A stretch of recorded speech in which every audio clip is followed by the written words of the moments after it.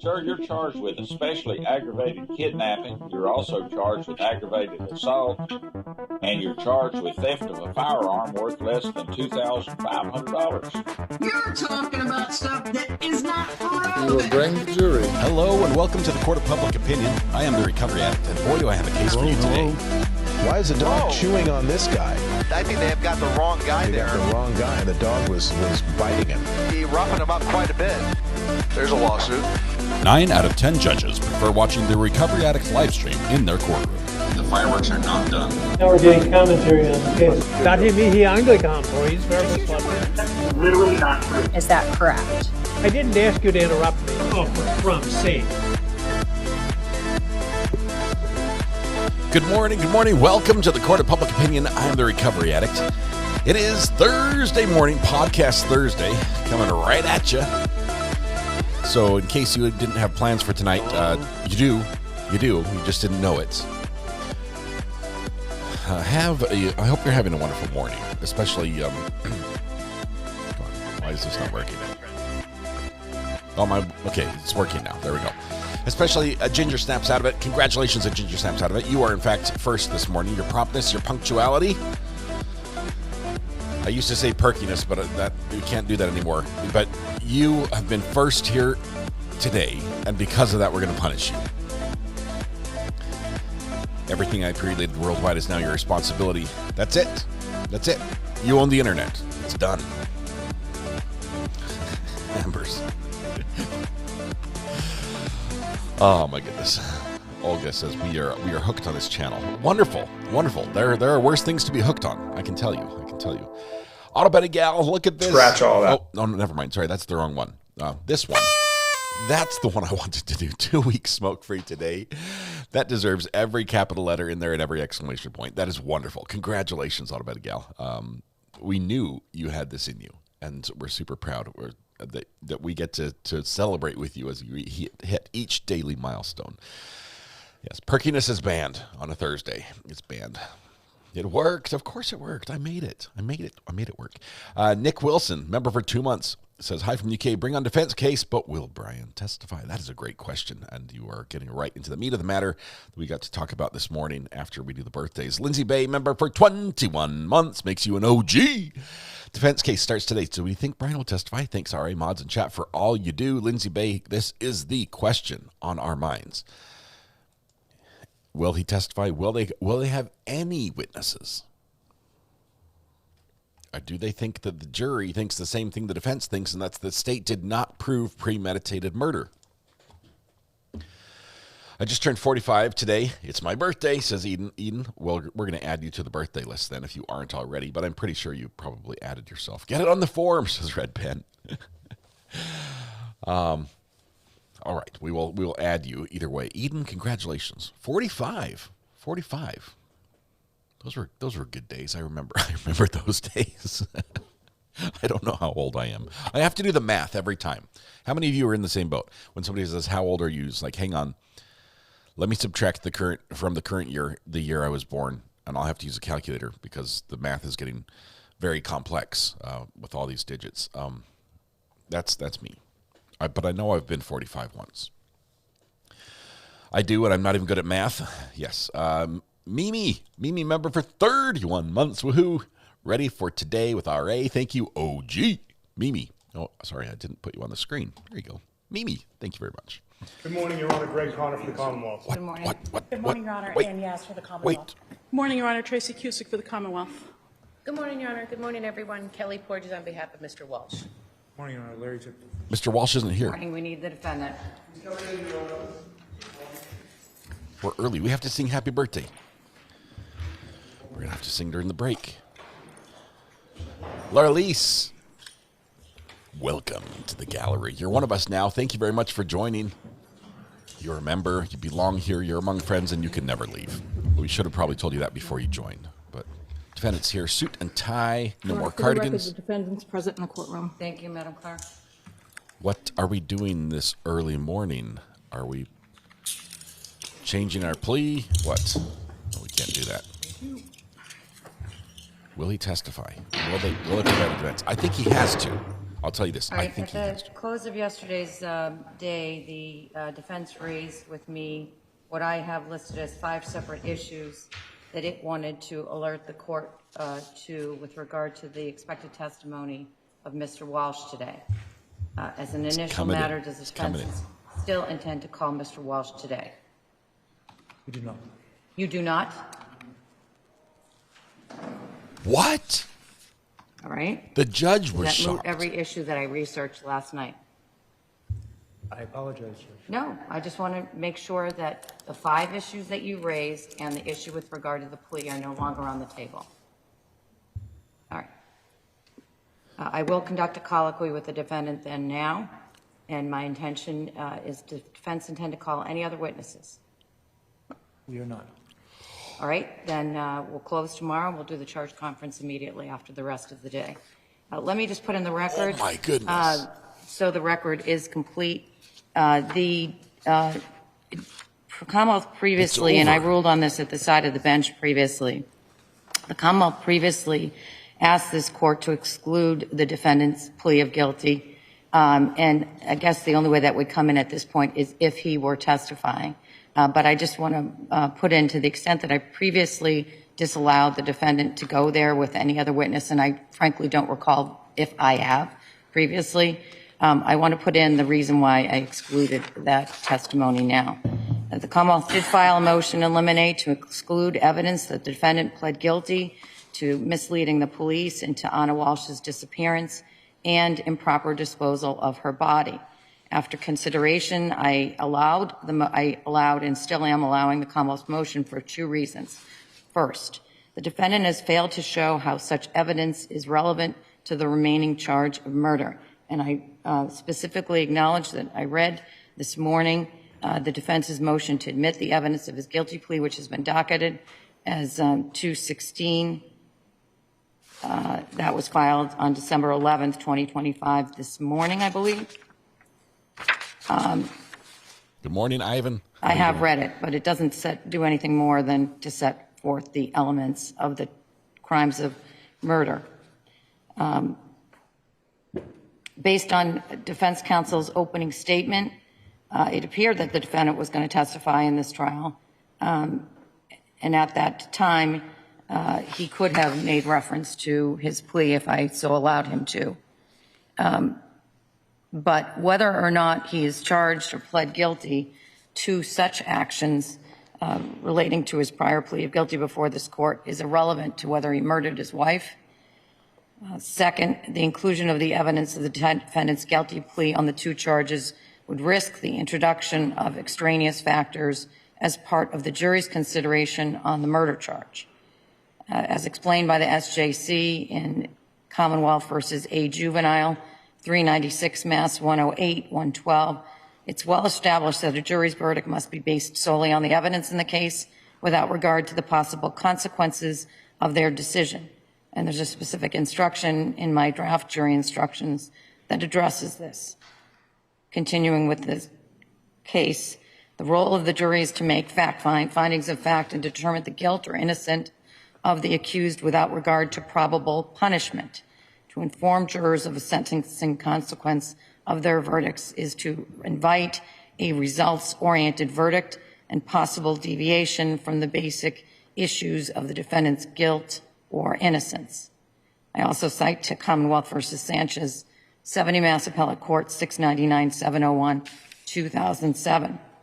While the defendant here is not seeking to enter evidence of the possible consequences of a guilty verdict on the murder charge, the rationale behind the holding in A Juvenile applies with equal force.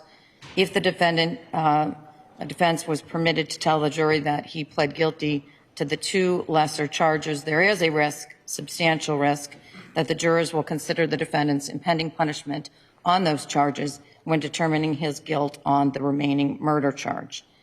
Indeed, the defendant has not offered any other rationale for the entrance of such evidence. And as was stated in Commonwealth versus Ferreira, 373 Mass 116, 124, 1977 case, the jury's function is not to weigh possible verdicts with an eye towards dispensing mercy in certain cases or imposing heavier penalties in others. Rather, the jury's function is solely one of fact-finding with respect to the legal standards regarding innocence or guilt. Accordingly, the defendant is not permitted and has not been permitted to put evidence before the jury of his prior guilty pleas in this matter.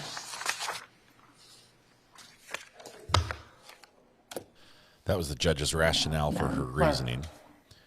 Alerted me to also file this morning 321, pause.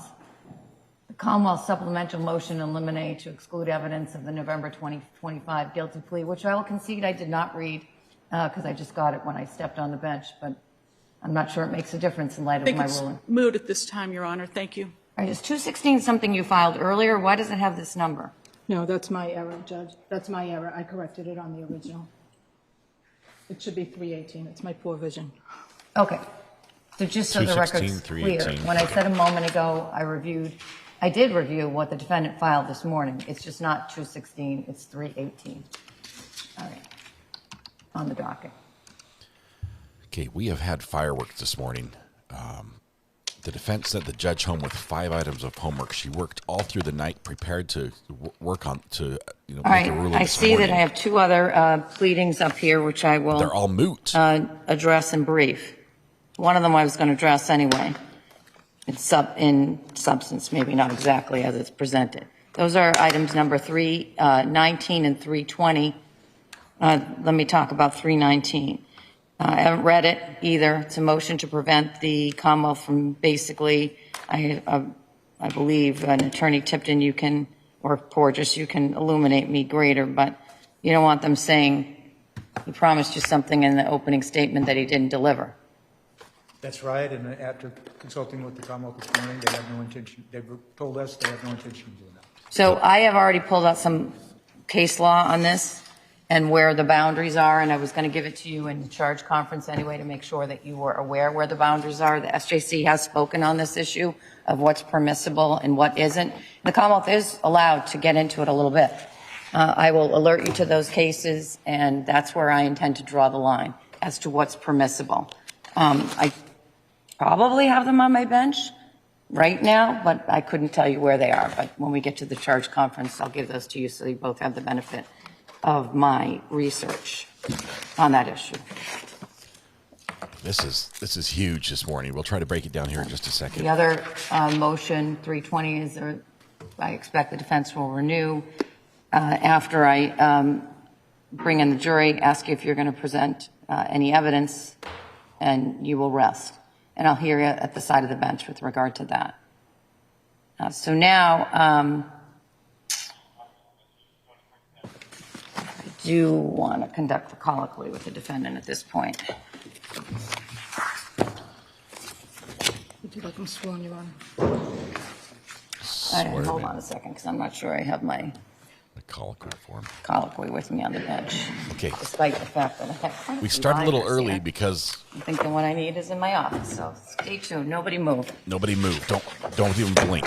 Listen, the judge came in a little early, started court early, and here we go. We're hearing all the Zoom Welcome codes. to Zoom Government.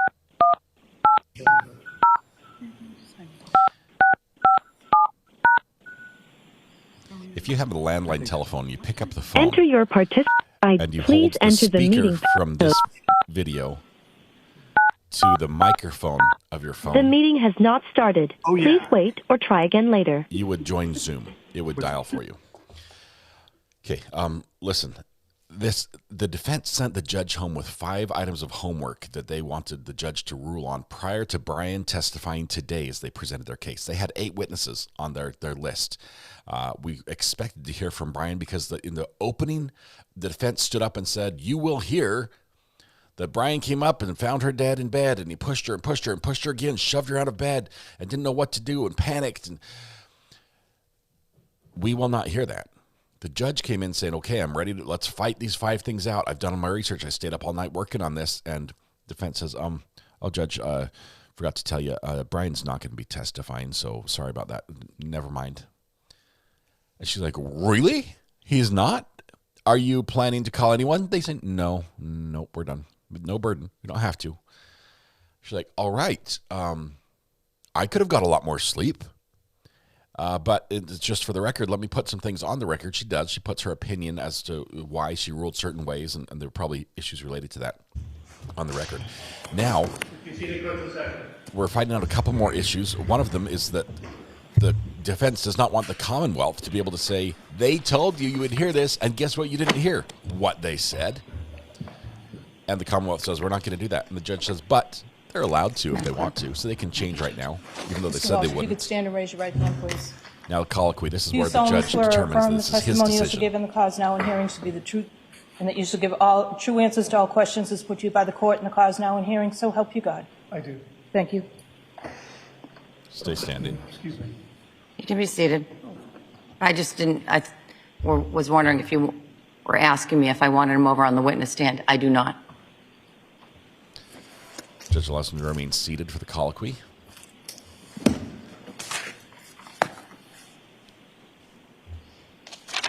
Brian is not going to testify. Defense will not call any witnesses. The defense will rest first thing this morning in front of the jury. We will go to the jury Mr. charge Walsh, one conference. important decision that all defendants in every criminal trial need to make is whether or not they're going to testify in a particular case. You have an absolute right to testify at this trial, and your right whether or not to testify is solely your decision. This means that you are not required to take your attorney's advice. I'm sure that your attorneys, Attorney Tipton and Attorney Porges, have told you that if you do testify, the Commonwealth has the right to cross-examine you. That is, the right to ask you questions. If you do not testify, and you and your attorney request me to do so, during my final instructions to the jury in the law on this case tomorrow, I will tell the jury that you, like all persons charged with a crime, have the right not to testify, and that the jurors may not speculate about your decision not to testify. First, I'm going to ask you some preliminary questions. Sir, in the last 24 hours, have you had any alcohol or alcoholic beverages? No, I have not. In the last 24 hours, have you taken any prescription medicines? I have not. In the last 24 hours, have you consumed any legal or illegal substances? I have not. You haven't eaten in 24 hours? Is your mind clear here today? It is. Tell me in your own words, what are we discussing? Whether I'll testify or not in my trial. Right? Good answer. Have you discussed with your attorneys the decision about whether or not to testify in this trial? I have. And have you had enough time to discuss your decision with your attorneys? Yes, I have. Have your attorneys discussed with you the pros and cons of testifying and not testifying? Yes, they have. And do you understand what your attorneys explained to you about your right to testify? Yes.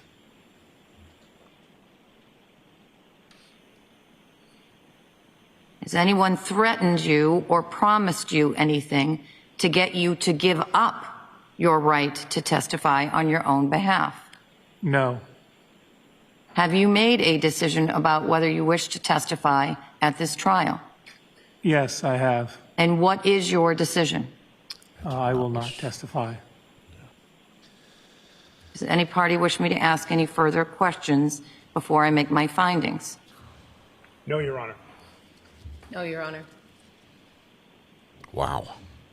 I find that the defendant, Brian Walsh, freely, voluntarily, knowingly, and intelligently has waived his right to testify at this criminal trial, and that he's done so with the knowledge of its consequences. I accept his decision. This is a right he has to choose. He chose not to. You can bring do the jury in. It cannot be held against him. They can't, like, the prosecution cannot now say, he has no excuse. He has no reason. He has not told you why this happened. They can't use that. He has the right to not testify. The burden is entirely on the state, the Commonwealth in this situation. And defense is done. The motion from the defense to say, hey, don't allow the prosecution to remind the jury that we lied to them at the beginning of the trial. Interesting, because now we know that the prosecution said, we're not going to mention that. And I don't think they will, but the judge says, well, okay, well, thank you. I saw that motion. I saw you came to that conclusion, but just so the prosecution knows they're allowed to.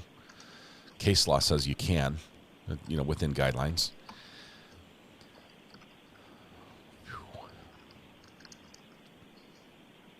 Does this, in the eyes of the jury, does this make it worse or better?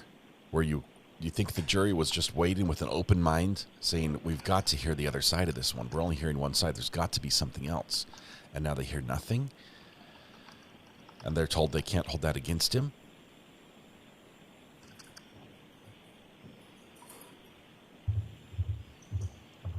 I was holding out with reasonable doubt that we would hear some evidence that might support the sudden unexplained death. I was not holding my breath, but I was expecting to hear something, at least an attempt to get to that Anna is dead situation without, and I did it. All rise. Jurors entering. Now I'm so curious what the defense closing is going to be. Are they just going to hit the same, basically re-argue their JOA and say there is no proof? There's no proof of premeditation. The state has presented its evidence, a circumstantial case for murder one. Hear ye, hear ye, hear ye. All persons have any to do with the Honorable Diane Fernandez, Justice of the Norfolk Superior Court. For your attention, you may be heard. Once you have a call from Massachusetts in this honorable court, please be seated. Please turn off your cell phones. I think they can convict. I mean, I would not feel it was an unjust verdict if they convict on murder one. But it's an interesting situation. We'll start today with the 4 questions. Jurors, were you able to comply with my order that you not speak to anyone about this case? Yes. Were you able to comply with my order that you not do any research about the case? Yes. Were you able to comply with my order that you not go on any social media or access any news media? Yes. And do you still all have open minds? Yes.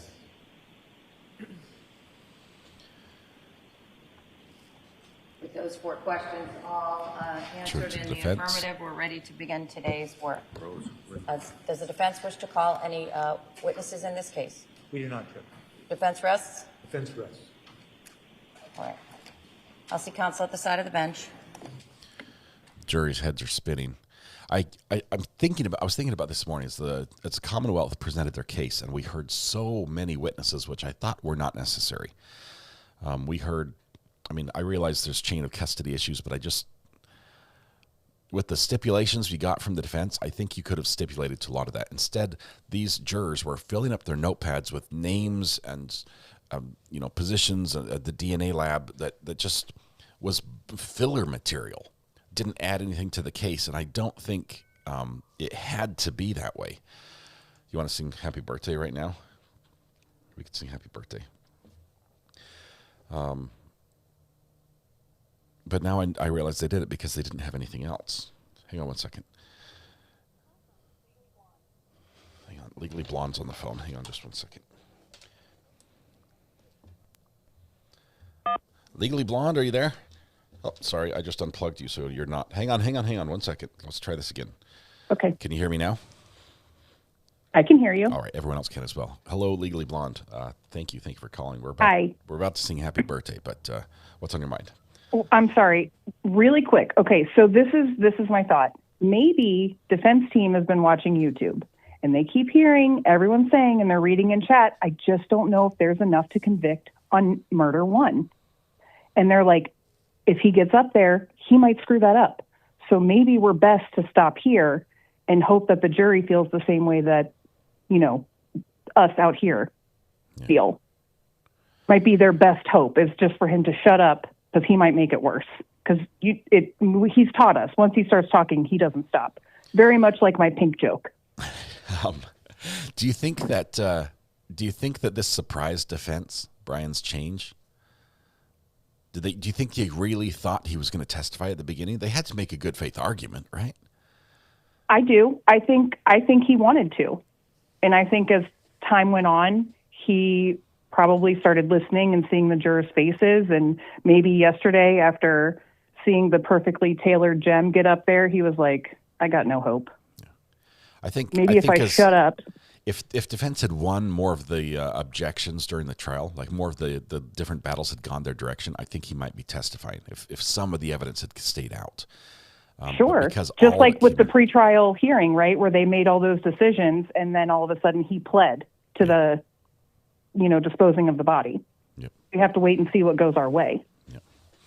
Fascinating. Yep. That's it. That was just my thought. Maybe they're watching YouTube. That's it. Well, guess who's not watching YouTube? The jury. And the jury's the one right? that sat 4 feet away from the hacksaw and the hatchet and the hammer. And that might have, I apologize for the pun, but it might have hit a little different for them. And no, the impact of being there, it's different being in the courtroom. It's different seeing that and feeling there's an energy in the courtroom when this is happening. But I agree. And I know the difference. Like you're right, and that's true. But hopefully, if we are just if they can get one of us, one person who's thinking like us out here, then that's enough, isn't it? Yeah, that's right. Because they cannot convict on premeditation unless they all agree. It will take 12 jurors to convict. One person says, "I don't know, I didn't see it," and they're stuck with murder 2 at the best. And I think that murder 2 would be an easy reach. But, I agree. The jurors, I think I've referred to the That's trial. it. All right, let's sing happy birthday. All right, we'll see you. Thanks, Legally Bound. Another chapter. Welcome, bye. Just closed. And that is that all the evidence in the case has now been presented to you. I remind you at this time, jurors, and I reminded you of this at the close of yesterday, the defense has no burden in this case and has no burden to produce any evidence at all. And that's because, as you probably are all very well aware at this point, the burden lies on the Commonwealth to prove its case beyond a reasonable doubt, and it never shifts from the Commonwealth.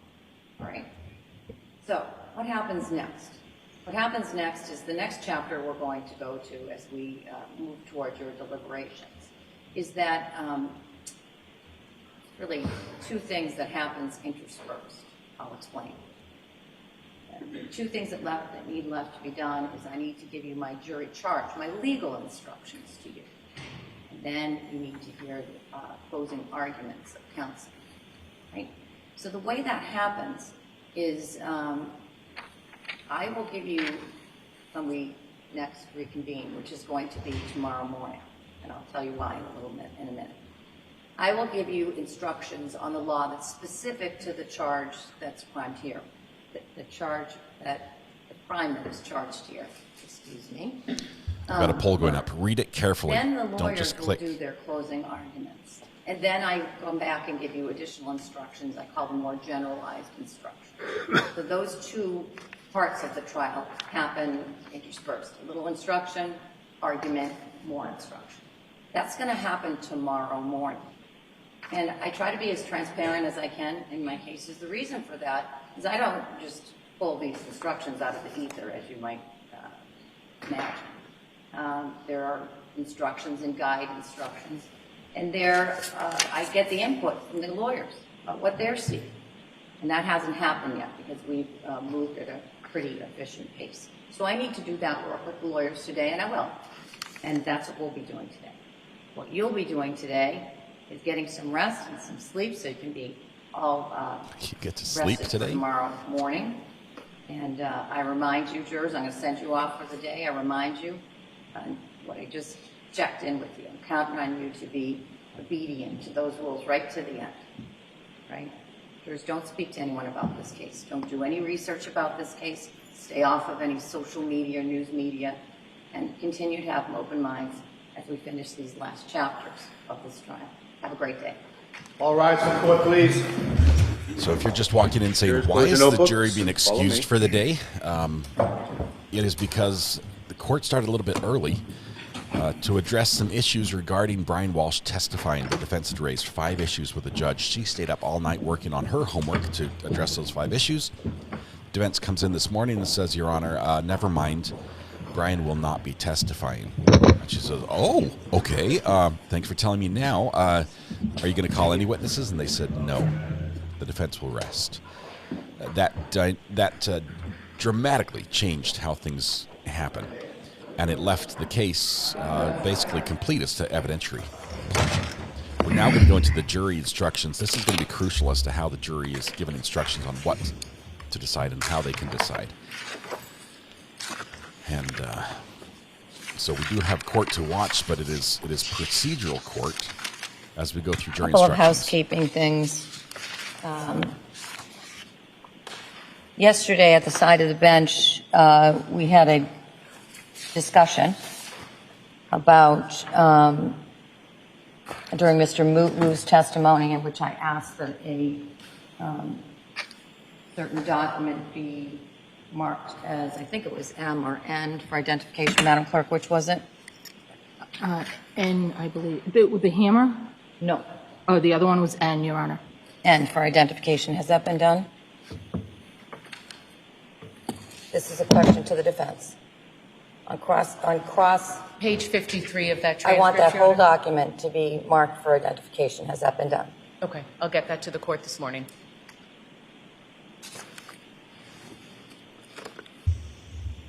And just so the record is clear, as I understand it, that is a multi-page document of which Mr. Mootlu was asked to review a single page of, but it comprises a record of his police interview. Is that correct? That's correct, Your Honor.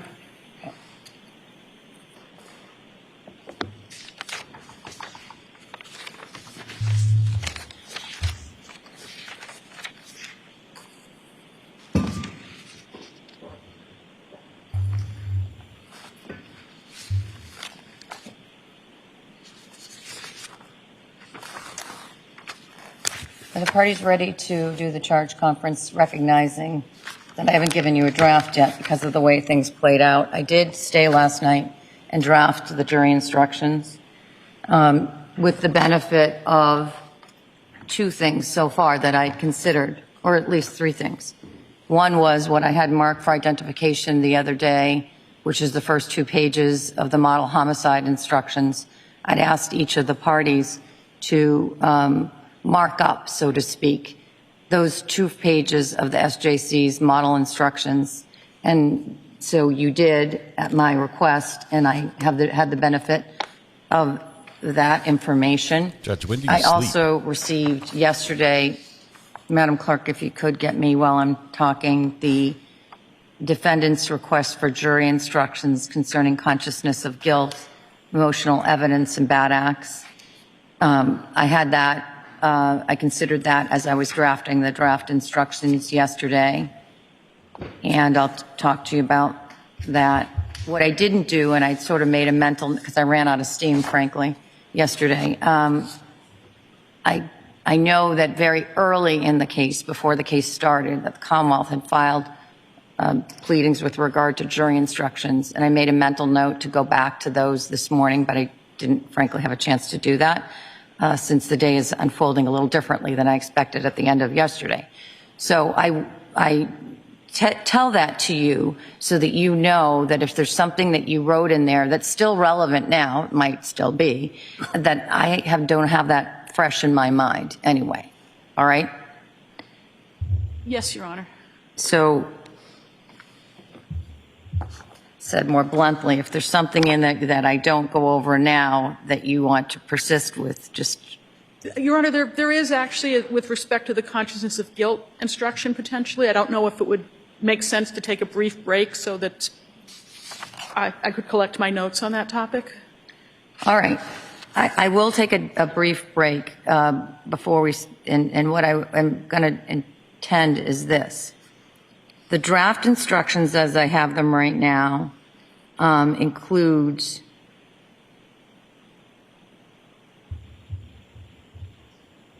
what I tried to do is, when I was scratching my head, saying to myself, why do they want this instruction in?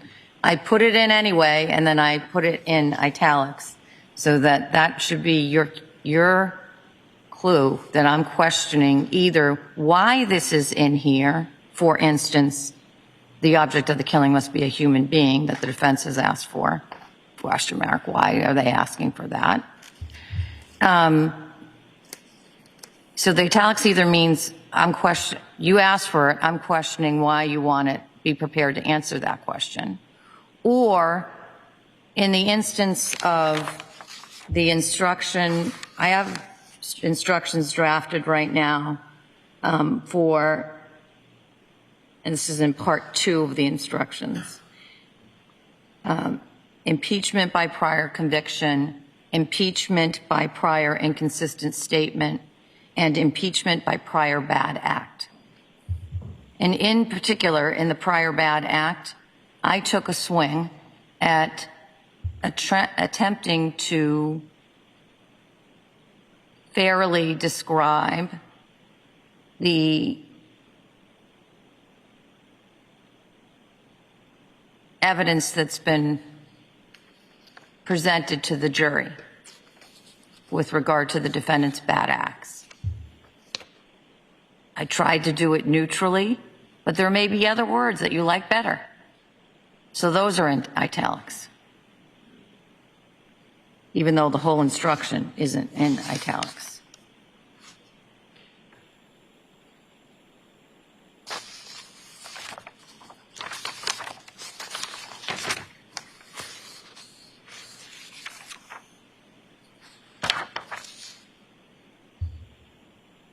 Who's closing for the defense? Tipton. Tipton is. And who's closing for the Commonwealth?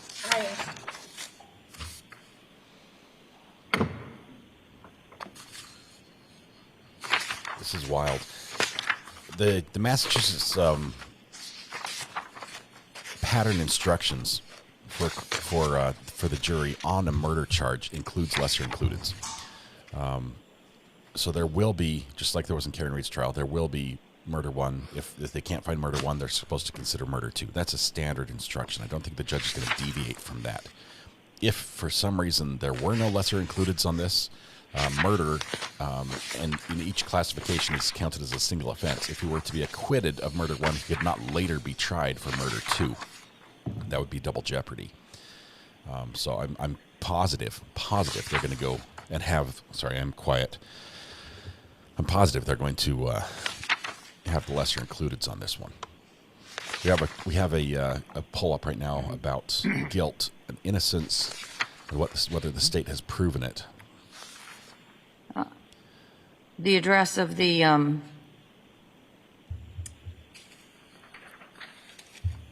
Refuse Center, 300 Forest Street, Peabody? Yes, Your Honor.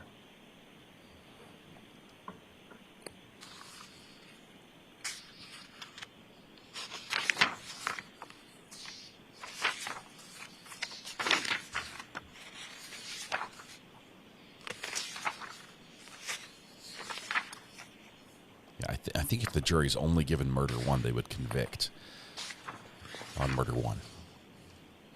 Is the defense now seeking the instruction with regard to the defendant's right not to testify? Yes. I'll add it.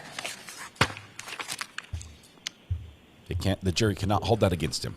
The fact that he didn't testify, even though the defense said that he would, basically, and they're open. Commonwealth seeking a motive instruction. Yes, Your Honor.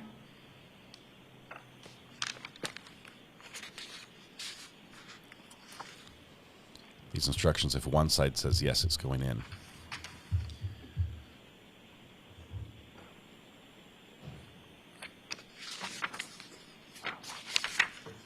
No, lesser. Those are separate crimes. Again, look for the highlighted language in the consciousness of guilt instruction and see if there's some other language you would prefer that adequately captures trial evidence.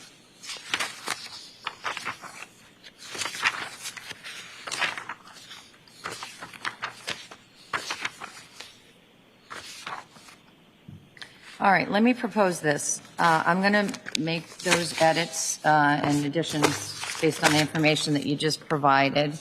And then I'm going to have Madam Clerk shoot you a copy of the draft instructions. And I know you probably want to be spending your afternoons working on the closing arguments. So I think it would be reasonable, given what I think is relative to other cases, the instructions are pretty straightforward. By that I mean there also was a lot of agreement with regard to your submissions as to what you wanted in these instructions. And so it's part of the second half of the instructions that the special instructions. I will go back and look at what the Commonwealth submitted early on in the case. Should I presume that everything you wrote then you're still pursuing today? ADA Cusick. Yes, Your Honor. The Commonwealth was seeking a direct and circumstantial evidence instruction, a consciousness of guilt from the MCLE instructions, and an expert witness instruction. All of those instructions are presently in the charge, in the draft charge. So thank you, because that prevents me from trying to find out where it is. Yes, Your Honor. It's under general instructions at the back of the pleading, the preliminary request for jury instructions, and we just provided the name of the instruction from MCLE. All right. I don't know if I probably grabbed it. I'm not a huge consumer of the MCLE instructions. I usually use other sources, but you can see what I came up with, and you can tell me whether you disagree with it. But we talked about the consciousness of guilt instruction, and it does not, I've never given, as far as I recall, a version that put my thumb on the weight of the evidence. So it presently either says you've heard evidence suggesting, what page is it on? Hold on, it's on page 27.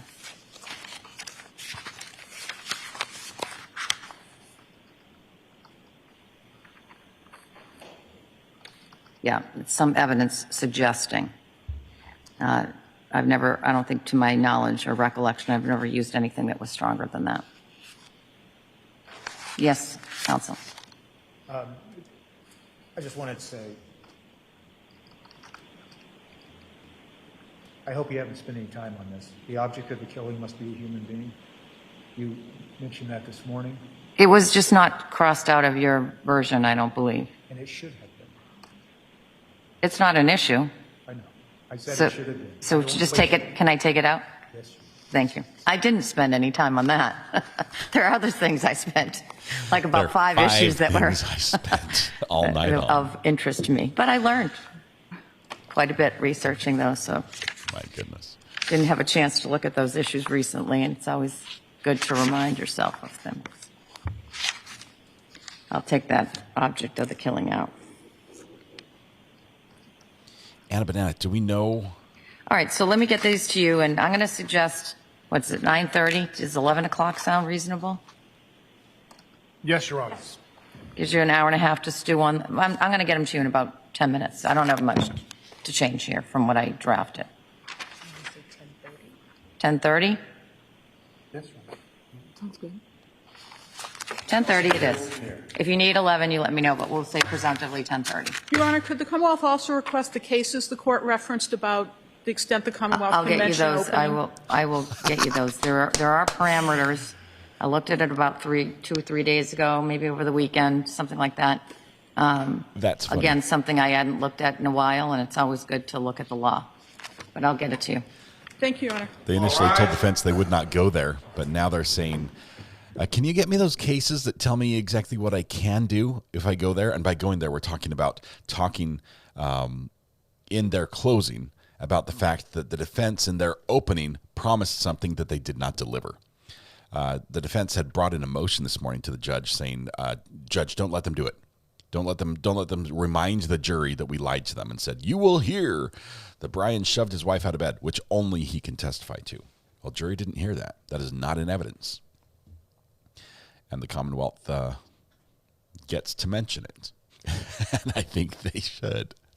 All right, we're going to sing the birthday song. We're a little belated. We'll talk about this. We'll wrap up here in just a minute and get some things to watch. They're going to be back in an hour and a half, so we'll have maybe some court hopping here to do that. But first of all, we've got birthdays for Ayden, Kathy Lynn, Lockbox, Paw Junkie, and Snookums. So everyone, if you'll join with me in the birthday song, all you have to do is wherever you are, stand up, take a deep breath, shoulders back, project your voice to the bathroom, blend your voice with your neighbor, warm up with me if you will. La la la la la la la. We'll sing happy birthday to these wonderful folks. And if you haven't sung happy birthday to someone in a while, today's a great day to start. Here we go. Happy birthday to you. Happy birthday to you. Happy birthday, dear Ayden, Kathleen, Lockbox, Paw Junkie, and Snookums. Happy birthday to you.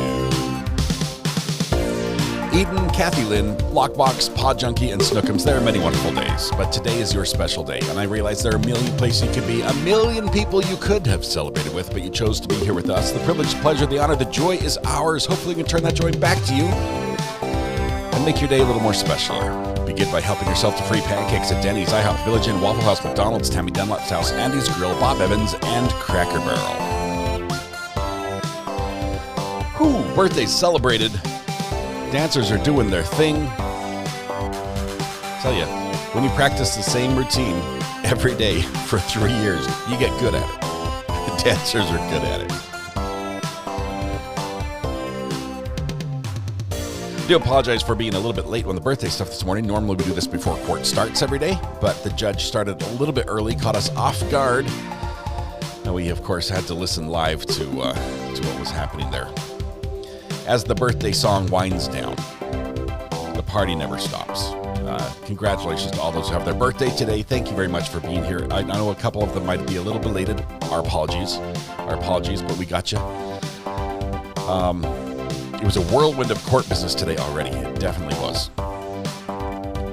I wanted to hear more about Diana. Yeah, I wanted to hear more about his mom. All right. We've got one more verse to go through and then a drum solo to finish off the birthday song.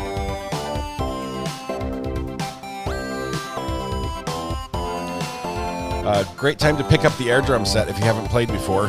It's like this.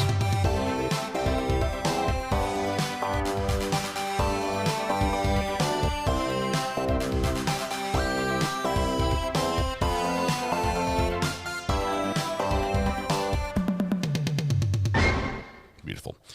Beautiful, beautiful. All right, we are back in court briefly, but we'll be back a little bit later. Happy birthday, everyone, by the way. Thanks for joining in the birthday song.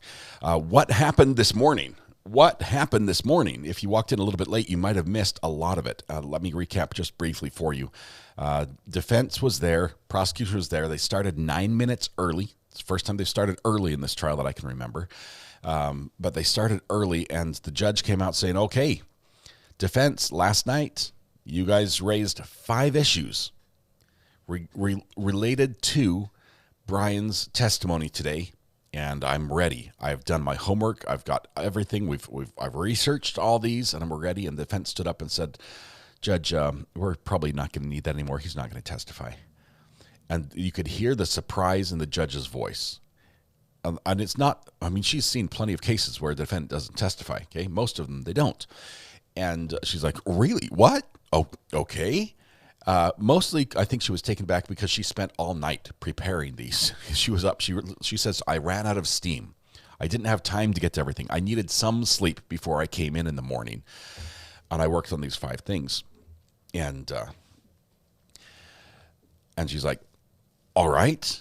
I'll have to do a colloquy with the defendant, which is normal. That's her back and forth with the defendant, where she is positive that it is the defendant's decision. The defendant is in the right state of mind and not high on drugs or being forced to or under coercion or something else make this decision.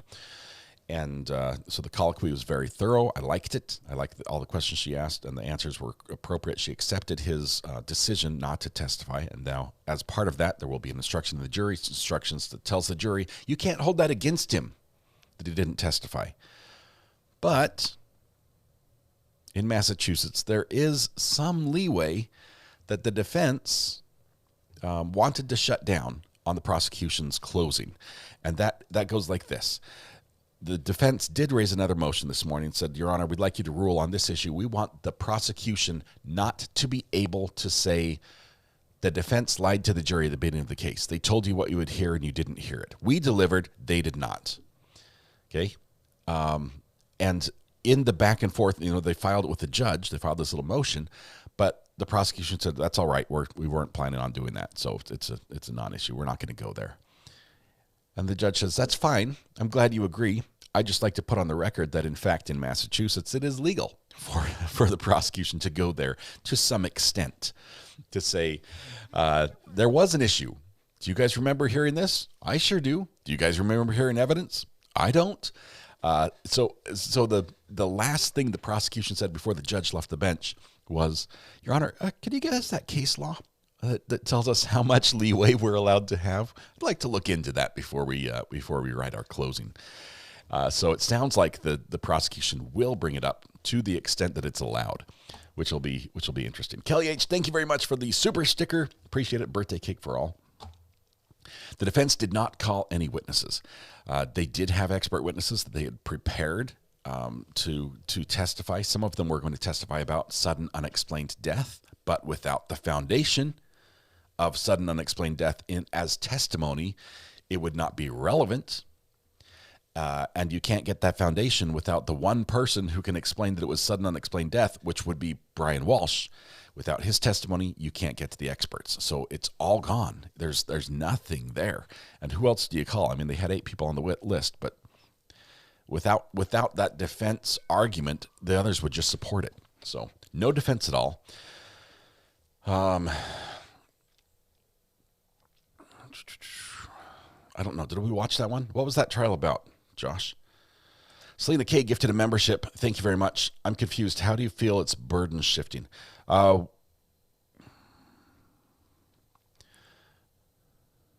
don't think it's. Let me see this discussion. I might have joined a little bit late. There is no burden on the defense at all. The burden rests entirely on the Commonwealth to prove the case. There are some situations where there is an affirmative defense, where there's a very small burden on the defense to raise that defense, but once it's raised, the burden shifts back to the state to prove that it was not that. Say, like if this was a self-defense case where Brian was saying, she came at me. There was that look in her eye. It was just dark. It was soulless, and she had the butcher knife, and she was gonna, it was me or her, and I had to do what I had to do. If that was the situation, he has to first testify to that. So the burden is on him to raise that issue. Once it's raised, it then becomes the state's responsibility to prove that it was not self-defense, that did not happen. But none of that happened in this case, so there was never a burden on the defense to do anything. Does the jury still not know about him pleading guilty to the other 2 counts? Emmy, they do not. And this is an interesting thing, because I thought that the prosecution would want the jury to know, because they spent the whole time proving those charges, that he lied to the police and that he moved the body. That seemed to be all the evidence we got in this trial. And for a big part, that's most of what we have. But the judge, when she makes the ruling, says, I'm not going to allow the defense to tell the jury that he pled guilty to the other 2 charges. Which is just a different mindset than what I was thinking. I was thinking the jury would think, well, in for $1, in for a pound, in for a penny, in for a pound. Is that what he must have done all of it if he did some of it, right? But the judge had a different mindset, saying I don't want them to consider his punishment and the other 2 things as part of. So interesting thought process there that she was it elucidated. Is that a good word for today, Red Pen? Can we use elucidate? This judge is great. Turns a negative into a positive. She did. So the judge accepted the guilty pleas. The judge has accepted the guilty pleas, but they have not been sentenced yet. There were 3 charges on the indictment. Okay, this is a grand jury indictment that the grand jury found there was enough evidence for Brian Walshe to be taken to trial on these 3 charges. One was murder. One was illegal conveyance of a body, which was, moving a body illegally, and one was lying to police in a capital offense. The judge accepted the guilty pleas, but did not, even though it was scheduled, did not punish him, did not sentence him, which it would have happened mid-trial, literally, based on the dates that they had. She said, I'm not going to do that yet. I'm going to wait till after the trial, because that third charge of lying to the police in a capital murder crime is sort of dependent on the murder crime getting a conviction. If the jury does not find him guilty of murder, then guess what? The investigation was not a capital murder case. Do you see the logic there?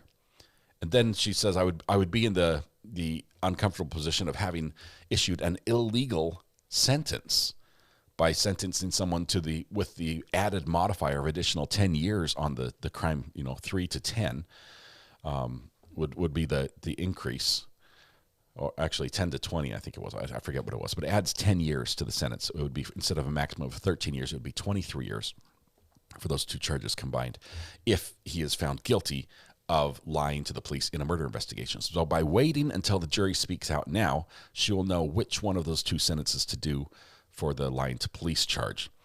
So it will all be sentenced at the same time after this case is over. And if he's found not guilty, it will be the lesser of the two. He'll get 13 years for those two charges. If he's found guilty of murder in the first degree, it will be plus life plus 23 years for those other two sentences. All right. So my non-educated opinion, Brian Walshe thinks his case is so strong that he doesn't need to testify. I don't know, and really we don't know inside his head. It might have been that he's been playing this game all along, and this was his plan. Some of you have looked at him saying, I see in his behavior leading up to New Year's Day laying careful foundation for the story that would be developed afterwards. I see in calling the best friend in D.C. saying, hey, where's Anna? She's missing. That was like a precursor saying, yes, she does this sometimes. She goes missing. That would be premeditation. I see that. Others of you have looked at him and saying, this guy is a complete idiot. Look at how he Googles. There's no way he planned anything more than about 5 minutes ahead of time, which still could be premeditation. I've got a call coming in. Hang on 1 second. Call from AWOL. AWOL, it's so good to hear you. I'd love to hear your take on this. First of all, we've got a poll up, and before I close the poll, I'm going to let you vote online and tell us what it is. How are you doing, by the way? Oh, hey, I got the day off, so any day I'm not driving a truck with people texting and driving, flying all around me, it's a great day. You and the jury. I'm safe in the house. Awesome. What are your thoughts today? I didn't vote yet because I didn't want to taint the poll because I wait for judges' instructions. You do carry a fair amount of influence in this community, so. That's a heavy burden. It's just true. You're a thinker, and you've got an interesting viewpoint that matches up with a lot of other people. So what are your thoughts on this one? I personally think it's murder 2, 100%. In my mind, obviously, this is my opinion. It's murder 2. I think if he took the stand, he would have pushed me to murder 1. Just hearing his interviews, I could deduce how he would have been on the stand. And I would have been like, this guy, what are you talking about? Like, he wouldn't have made any sense. So I think he would have pushed me to murder 1 because he might have said something on the stand that would show premeditation. That's the only reason I'm on murder 2, because I haven't seen premeditation in the evidence. Now, because if he was that dumb to Google the things he did, you would expect that he would Google how to get away with this prior. How do I do this? How do you drown some? Like, you know what I mean? But there was absolute zero. And then I think something happened that night. And I think where she sent remember, he said that he lost his phone, and he told Jem he was happy that he didn't have his phone on him. Then she sent Will a picture of Jem right?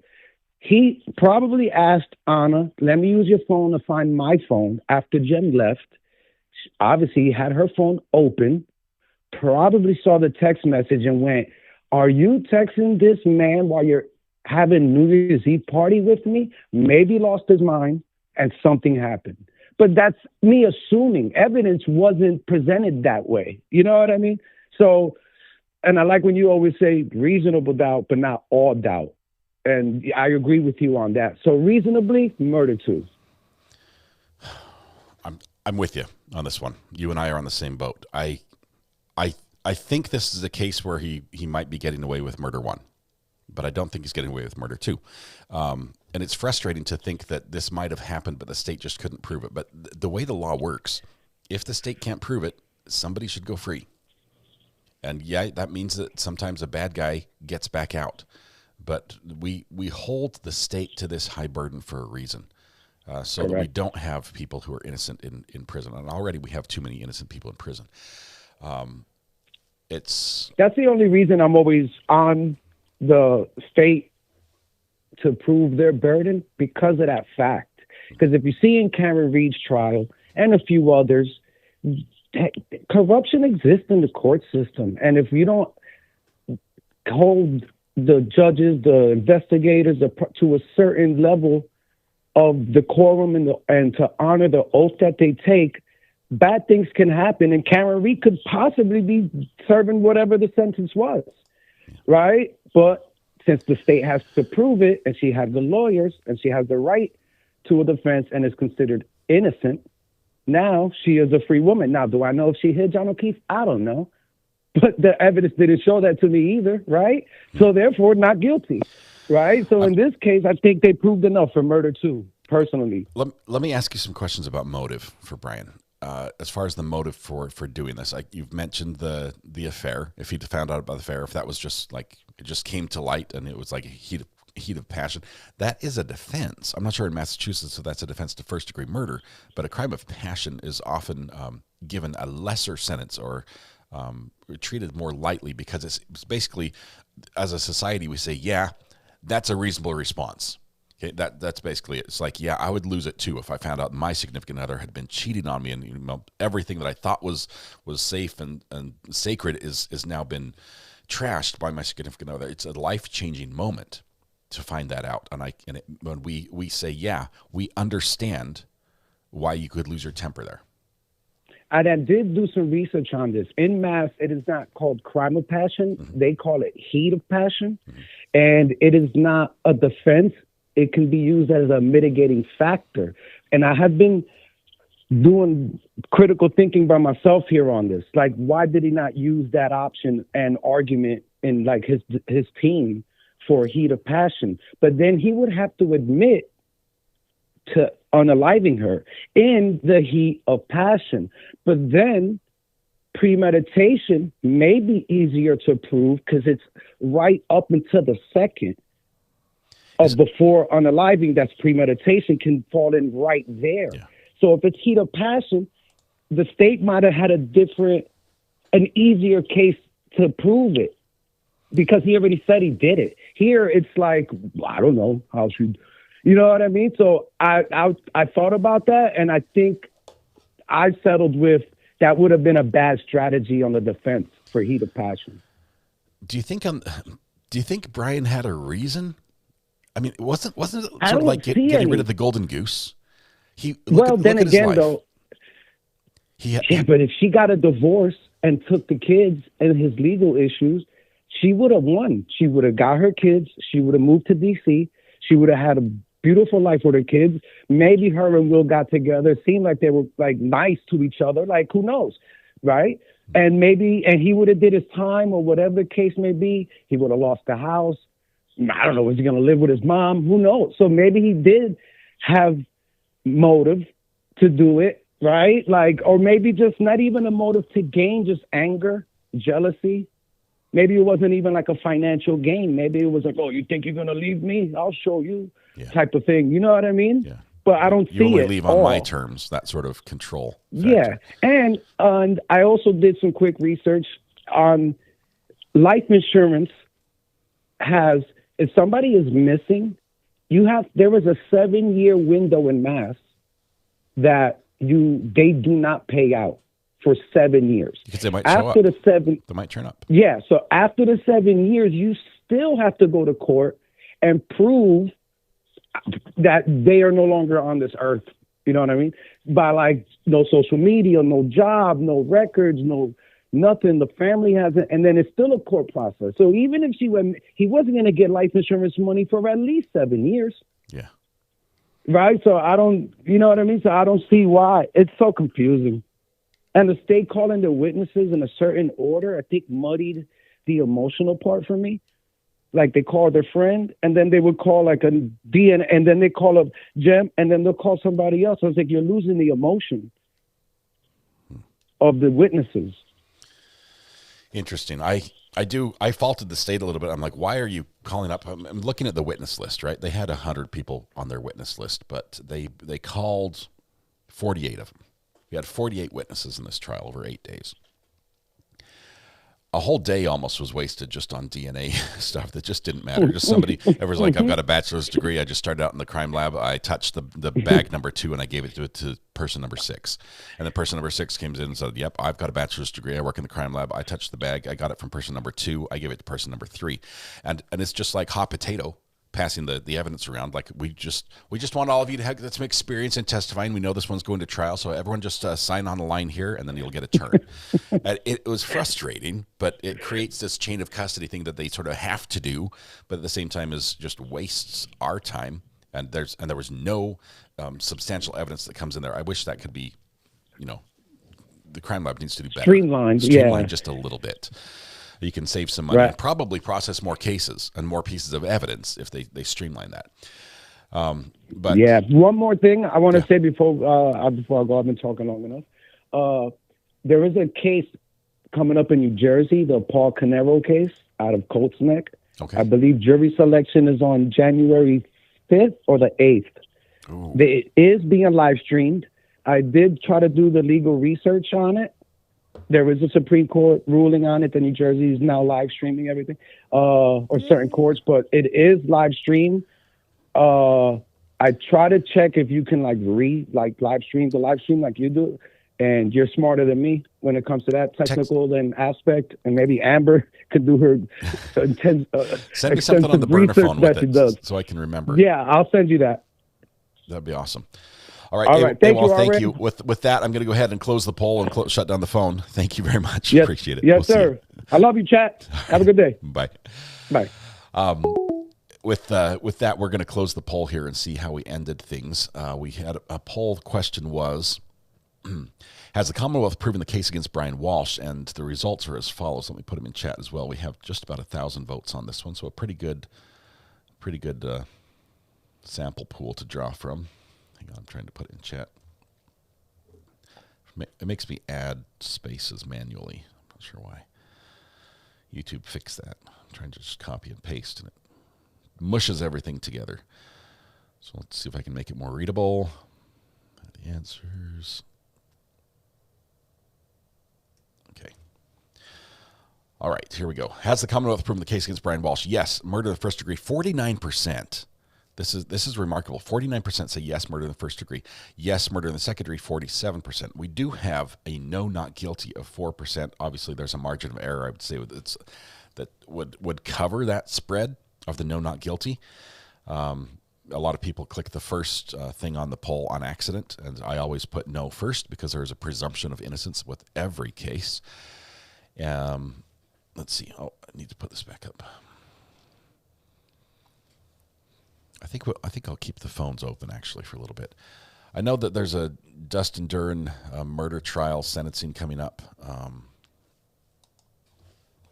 keeping an eye out on that, but it's supposed to start any second now if it hasn't already. Just checking. I think Court TV is up.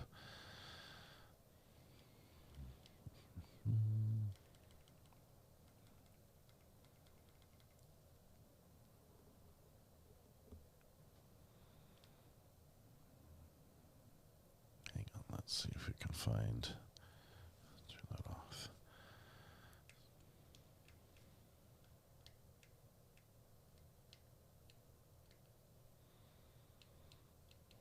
Seeing if they've got multiple locations here that have this. I don't know. We'll keep that on our radar.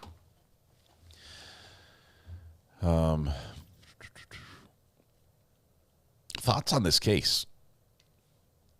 a surprise conclusion with the defense basically not waving the white flag, but saying we're done. We don't feel we have any burden here we're not going to present any evidence. Your first poll choice should be I'm not paying attention. Okay.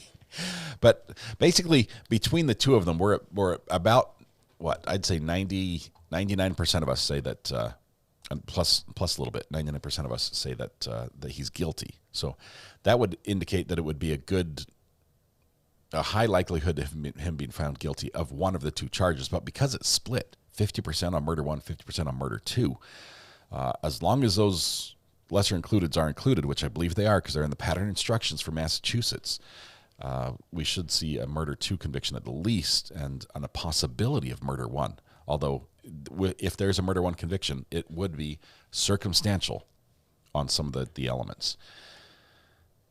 Fourth poll option should have been guilty, but pre-trial not proven or something.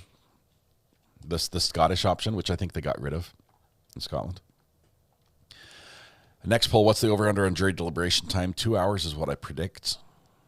Do you think it'll be short? I think it helps that they have a day to think about it. The judge has told them, you've heard all the evidence. Obviously, you can't start deliberating. You can't make up your mind right now. There's still closing arguments to come. We still have jury instructions. But you've heard all the evidence.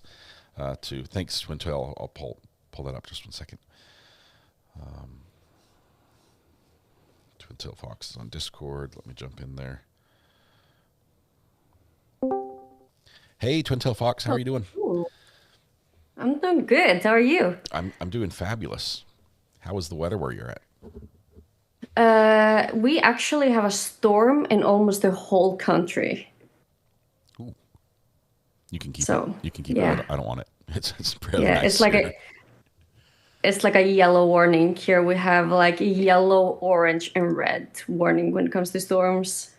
So yellow. And we have only had yellow is the mildest, orange is the middle, and red is like worst of the worst, where you should never go outside. And I've actually only had one red warning my whole life.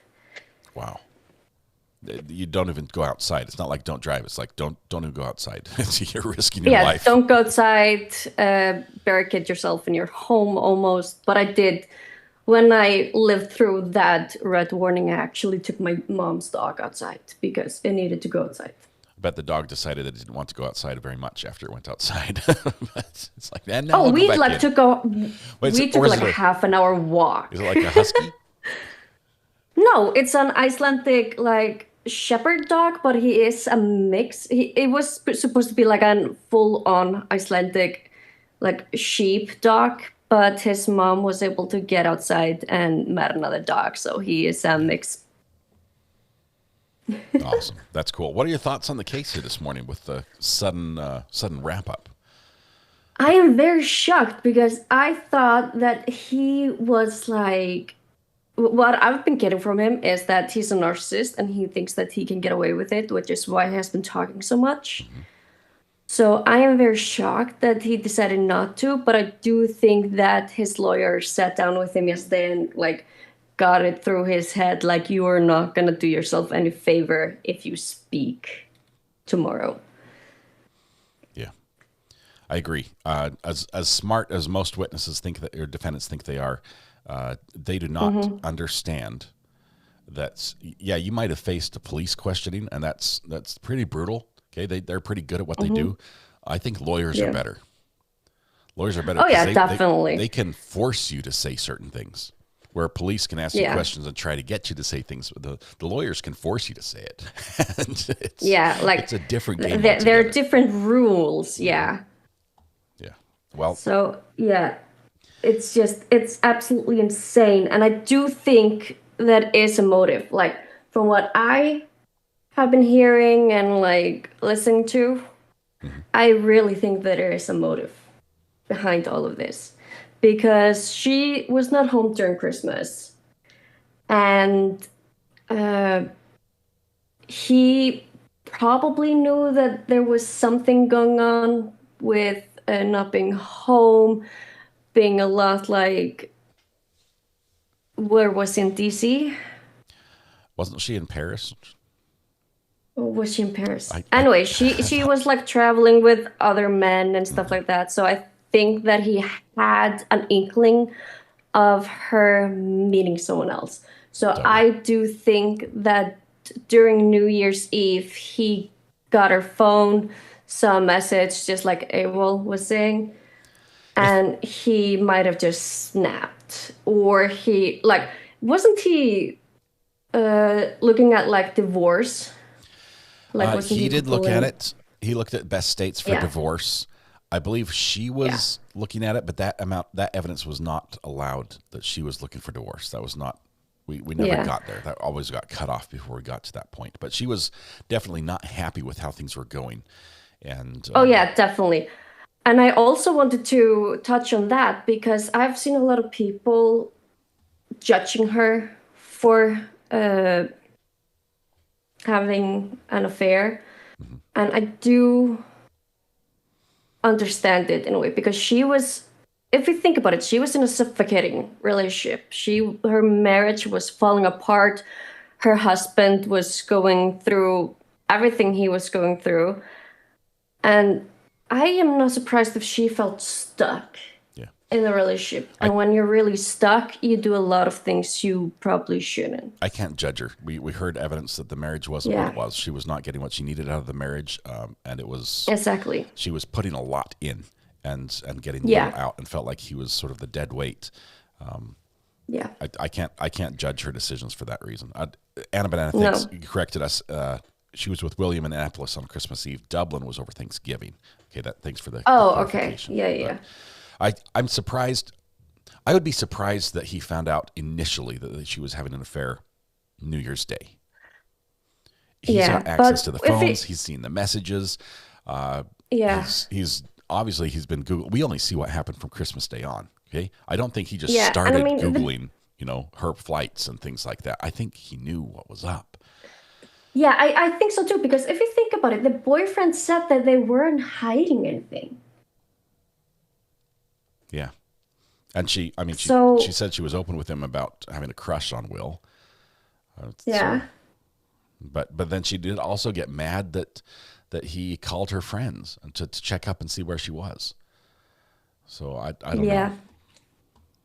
It's like, so I have been in a similar situation to Anna, being in a relationship, feeling suffocated and want to get out, but it's difficult when you're in a relationship. And I mean, she was married with kids. So she was going through way too much.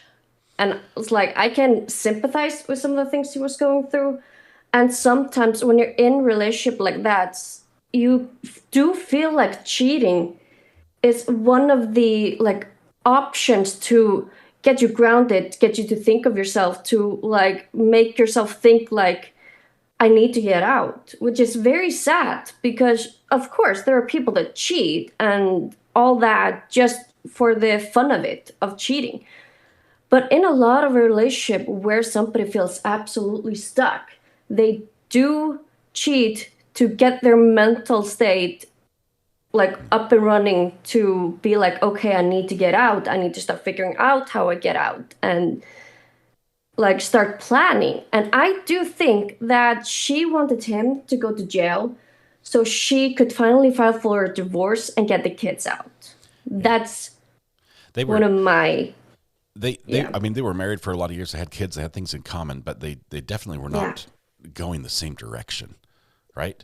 Definitely not. He seems to be sinking into his sofa, and she is rising on the career ladder and the progressing in various ways, bettering herself, taking on more responsibility, making a difference in different areas, and they just grew apart, both physically and emotionally. So it's a terrible situation if you want to keep a marriage together to have that happen. And it sounds like they didn't put in the work at the ground level. With Brian even interjecting, crime. You commit a crime, and suddenly you're both sort of lassoed to that weight around your neck, and he selling that art and the sentencing, what that would mean to the family, the financial restitution that has to be paid there. It was a burden that she had basically shouldered, And he's like, yeah, whatever. Let's just push it off as long as possible. And life's good right now. I'm at home with the kids, get to do nothing. You work, I get to spend all your money. That was just it was a boiling pot for a problem marriage wise. But yeah, and I don't condone cheating. I do see a lot of people like saying that in chat, and I do not condone it. But if you have never been in a relationship where you feel absolutely suffocating and you don't know how to get out, cheating can be the first step for someone to be strong enough to finally get out. Like, I have been in that situation, sadly, and I do hate the fact that I had to take that step, but it did literally save me from a very abusive relationship. We have no idea if this was an abusive relationship. Yeah, we can't judge her at all for that. We cannot judge her at all. Yeah. I don't care if she cheated or not, but we cannot judge her. Like, she lost her life in a very brutal manner. And she was trying her best to stay strong for herself. She was trying to find out how she could get her kids. And he took all of that away from her. And the kids, heartbroken about the kids.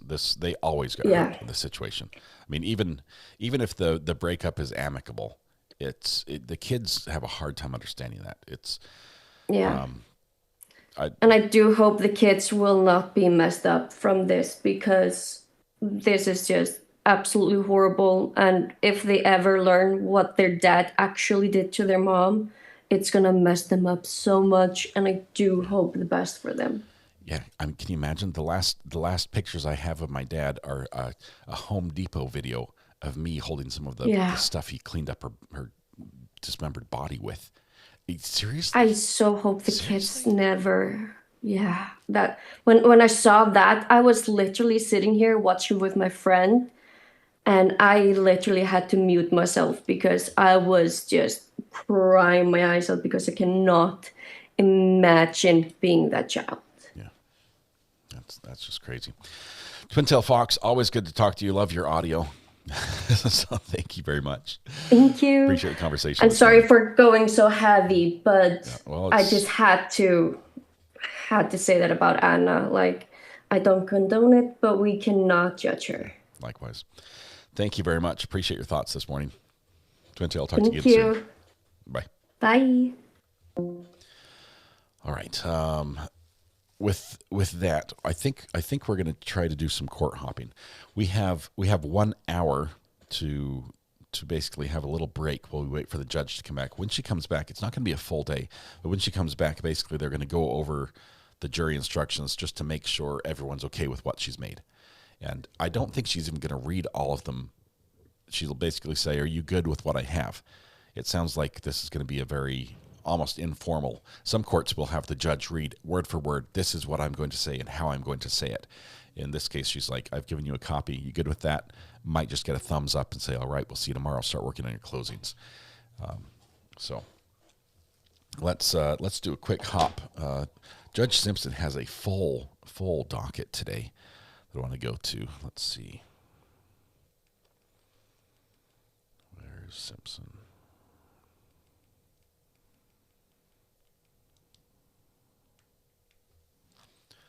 Judge Cedric Simpson, YouTube. There he is. All right, he's cleared off some of the faces, but let's take a quick peek. Where is that? Your name, sir? William Michael Riddle. All right, what are we doing? Your Honor, I've spoken with the prosecution on this matter, and I'm not sure that I have all of the complete discovery. Your Honor, I believe that this case has a related case that was previously dismissed. I think the discovery that was sent was related to that previous case rather than this case. So I need to get this case as well. To count. I was ready to set it for an exam, Your Honor, but maybe with the wrong info. So probable cause conference will be adjourned to the next available date. I don't know where I can be. I'm taking up all this valuable real estate. I'll adjourn it out 1 week, get the discovery to them, then we can decide what we're going to do. December 18th. Thank you, Your Honor. 2025, 9 a.m. bond. Thank you, Your Honor. Thank you. Rick left, but I'll give him some more. Look at his courtroom. It's completely. Court does call the case People versus John Bourdine. Good morning. I'm Rob Pickles on behalf of Mr. Bourdine. He's approaching the podium. Your name, sir? John Bourdine. All right, what are we doing? Judge, I was just recently retained on this. His wife is a co-defendant. Keith's My asleep. understanding, the PD set their piece, Right they above adjourned me. their PCs to the 30th. Can we have that date also? Without objection, probable cause conference, December 30th, 2025, 9 a.m. Bond continued. Thanks, Judge. Court calls case of People versus Tamara Head. Tamara's on Smith Zoom. Overwater, Assistant Prosecuting Attorney for the People. Christina Costantino appearing on behalf of Tamara Head. Ms. Head, can you unmute and state your name for the court? Tamara Head. Say your name again. You didn't come to my screen. Tamara Head. She not coming to my screen. She's not I coming can to your see her. screen because But that's for Go ahead. Say your name again, ma'am. Tamara Head. talk longer. It is not. It's not pulling up on either of my machine. I will take her word for it. All right, what are we doing? Judge, I believe discovery is complete, so we would be asking for an exam in this matter. Michael Gochner, I think he's getting Discovery is complete. To my knowledge, yes, Your Honor. All right. People have their witnesses available the 23rd. We can certainly try, Judge. So many characters in court here. Lots of activity. Preliminary examination in person will occur December 23rd, 2025, 9 a.m. Is that right? Before Judge Barr. Haley's praying. Bond will continue. Thank you. Thank you, Judge. Samsung's posing. Court calls the Keith is case People sleeping. versus Christopher I don't know what Thaxton. Michael's doing. Smith Overwater, Assistant Prosecuting Attorney for the People. James Fifelsey on behalf of Mr. Thaxton, who is approaching. Can you please state your name for the judge? Christopher Thaxton. Thank you. Your Honor, there is extensive discovery. We're asking for an adjournment for all of that to come in and for time for Mr. Thaxton and I to review You that. want the 23rd or 30th? 30th. Probable cause conference without objection will be adjourned to December 30th, 2025, 9 a.m. Bond continue. Thank you, Your Honor. Is that today? Okay. Court calls the case People versus Matthew Burville.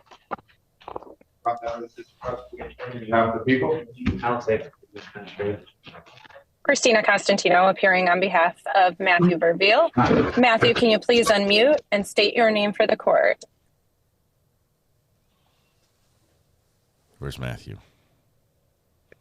Oh, there he is. He's got the headphones on. Matthew, I need you to push the unmute button. It's the microphone button in your bottom left corner, usually a red button. There you I got it. Please state your name for the court. Matthew Verville. All right. What are we doing? Your Honor, I do believe discovery is complete to my knowledge, and I would be asking for an exam date, although I would ask if the court would consider giving us an exam date a little bit further out, given the volume of discovery I've recently received. Volume of discovery. What's the case about?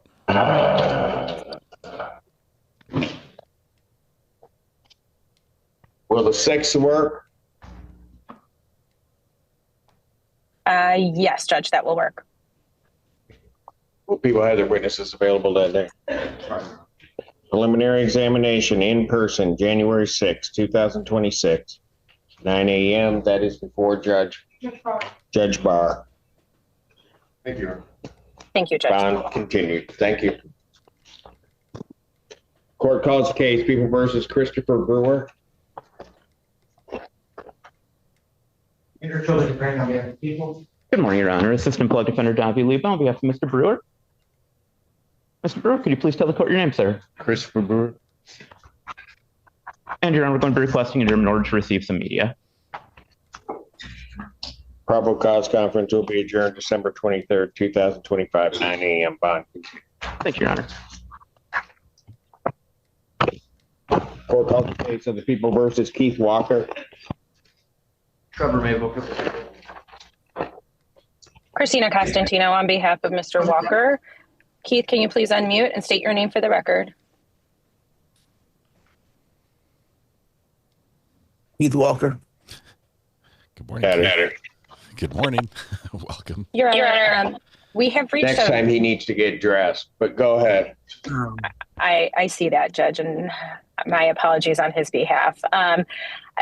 We have reached a misdemeanor resolution, but we do need to get the signed paperwork to the court. So I would be asking if the court would allow us a 1-week adjournment to facilitate that paperwork. We'd be able to be dressed in 1 week? I sure hope so. Yes. Probable cause conference will be adjourned to December 18th, 2025, 9 a.m. Bond continued. Thank you, Judge. Thanks. Thank you. Court calls case People versus Tory Brooks.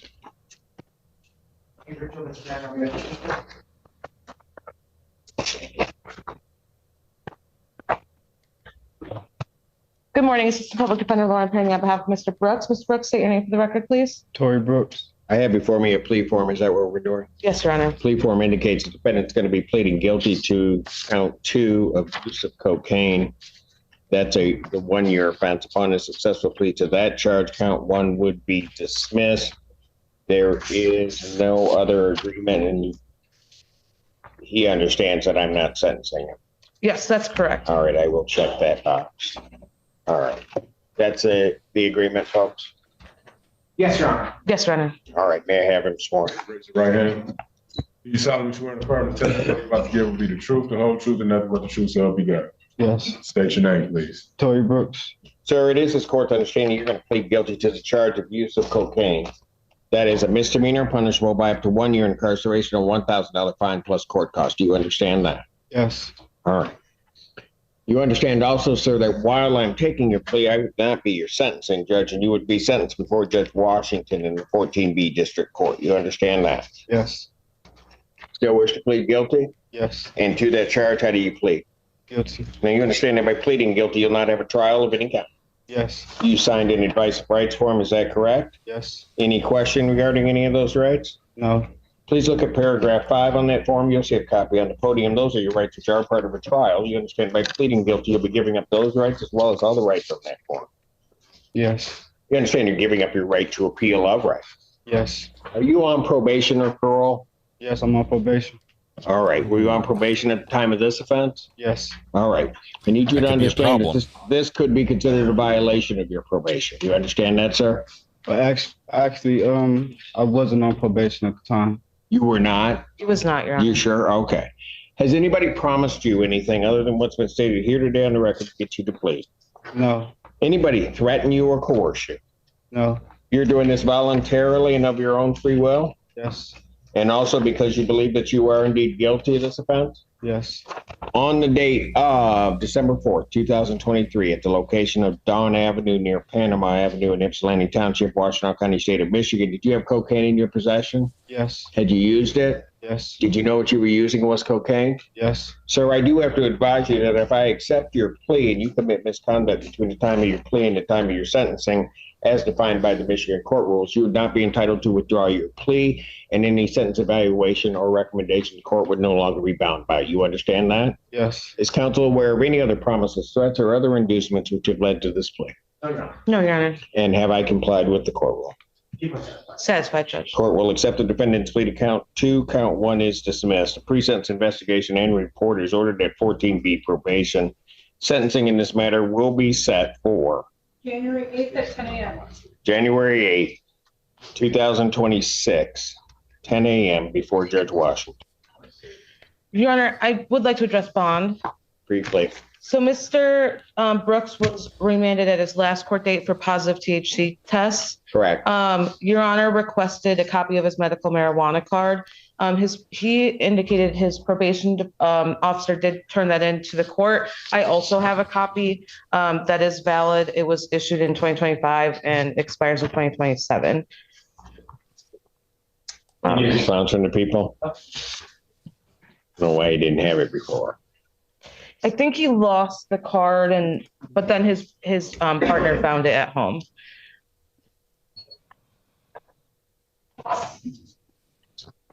I'll grant the motion as previous bond is reinstated.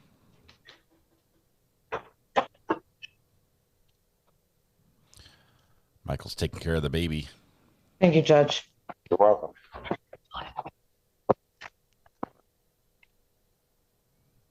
Bring Court a does child call to the work case of the today. people versus James Williams.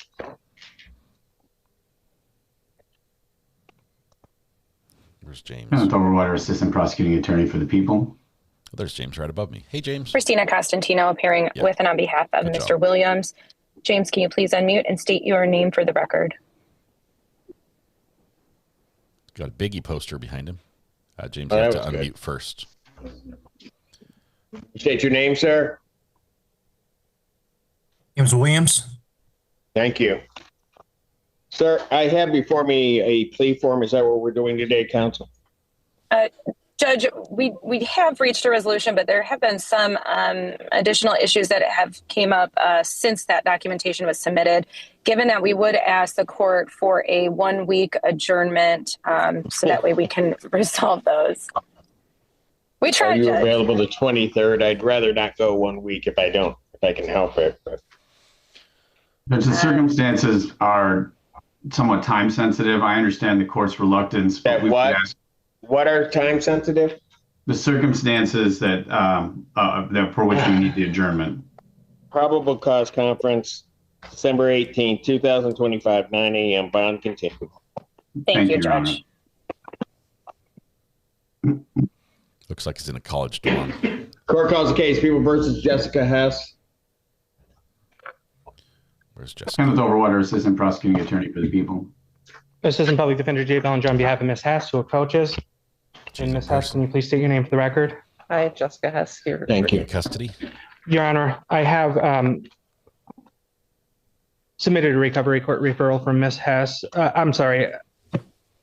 My understanding of the current offer is that there's a tentative offer for use with 7411. That's going to be conditioned upon completion of treatment.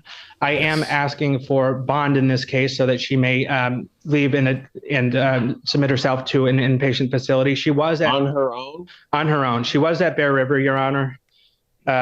She does suffer from agoraphobia. She's willing to do home confinement GBS tether for the time being while she waits for an inpatient facility bed to open up. What is agoraphobia? Like I said, a recovery court referral has been completed just in case. However, we are looking at a tentative offer here. I will allow release to inpatient. I'm not going to just release her out. Understood. I will submit that order by the end of the day, Your Honor. In fact, what do you want me to do with this case? I would ask for an adjournment for such time that she can get into an inpatient bed. Well, let's see what happens. I'll adjourn it to December 30th, 2025, 9 a.m. so we can monitor it. Bond continue. Okay, I will submit that order. Thank you. Thank you, Your Honor. Court does call the case People versus Antonio Young, 3 cases.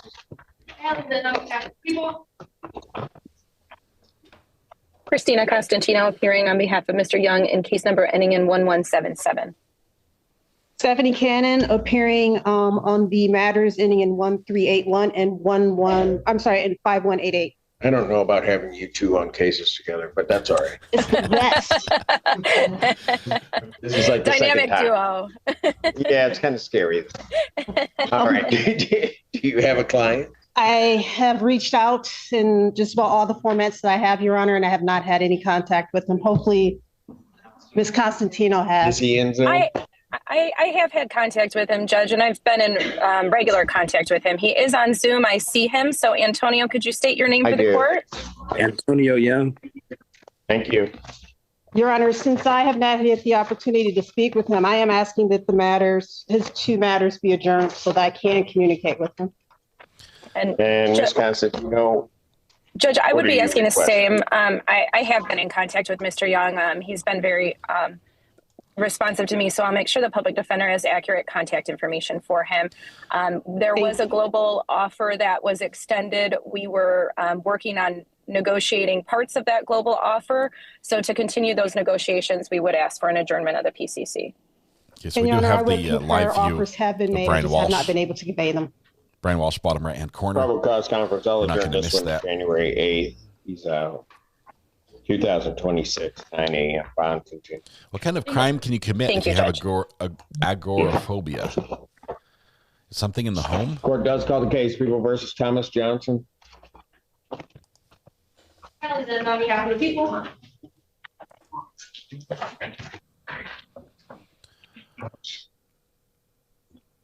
Good morning, Assistant Public Defender Lauren Perry on behalf of Mr. Johnson. State your name for the record, please. Thomas Johnson. Thank you. Your Honor, we're requesting an exam date. Discovery is complete. Yes, Your Honor. What You is will have their witnesses available the 23rd. What is the costume Manuel Barnhouse has next? Preliminary examination Barnhouse. in person will be set December 23rd, 2025 at 12 noon. That's before me. Bond will continue. Thank you. Court calls the case, People versus Haley Garcia. Good morning. Oh, my apologies. Good morning, Your Honor, to you and your staff, Attorney Maxwell Dubin, P number 86012 on behalf of Ms. Garcia. Ooh. Says hello to the staff. Going for the brownie points. Here. Selena, thank you very much. am. Sorry. Haley Garcia. Okay, there she is. Okay, thank you. Yeah. What are we doing? Your Honor, today's a date and time set for PCC. I'm asking if we can get another adjournment on this. I am almost completely finished with the deviation letter. There are some potential immigration issues at play, so I've been working with the immigration attorney, Your Honor. January 8th, 2026, 9 a.m. Bond continue. Thank you, Your Honor. Hoping your staff have a great day and a good holiday if I don't see you. You do the same, sir. Thank Court you. calls case, People versus Adam He Perala. was almost driving. Trevor Maybell for the people. Rick in his bush light shirt is gone. Michael's All still right, Your carrying the Honor. baby. Good morning. Lori Daggy, Assistant Public Defender, with and on behalf of Mr. Perala, who's approached me. Did you say your name for the court? Adam David Perala. Thank you. And I apologize, Your Honor. I do have a green sheet. Yeah. I'm requesting an adjournment for a couple reasons. Got it. Probable cause conference, December 23rd, 2025, 9 a.m. Bond continue. Thank you, Your Honor. Thank you. Court calls case, People versus Tanisha Akins. That's false for the people. Sorry, Your Honor, which case? Akins.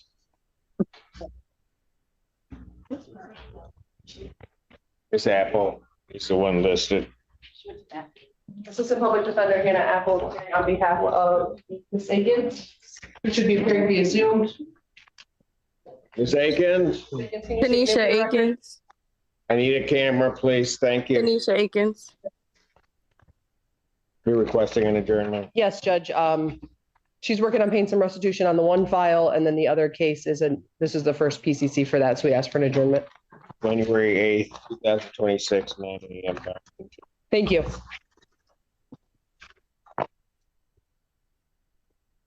Court calls case, People versus Cameron Curtis. That's false for the people. Good morning, our object on behalf of Mr. Curtis.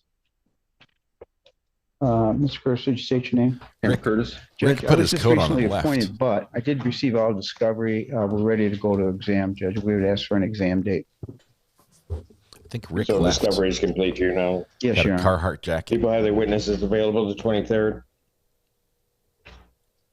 We'll track that date, Your Honor. Preliminary examination in person, December 23rd, 2025, 9 a.m. before Judge Barr. Thank you, Judge. Bond continued. Thank you.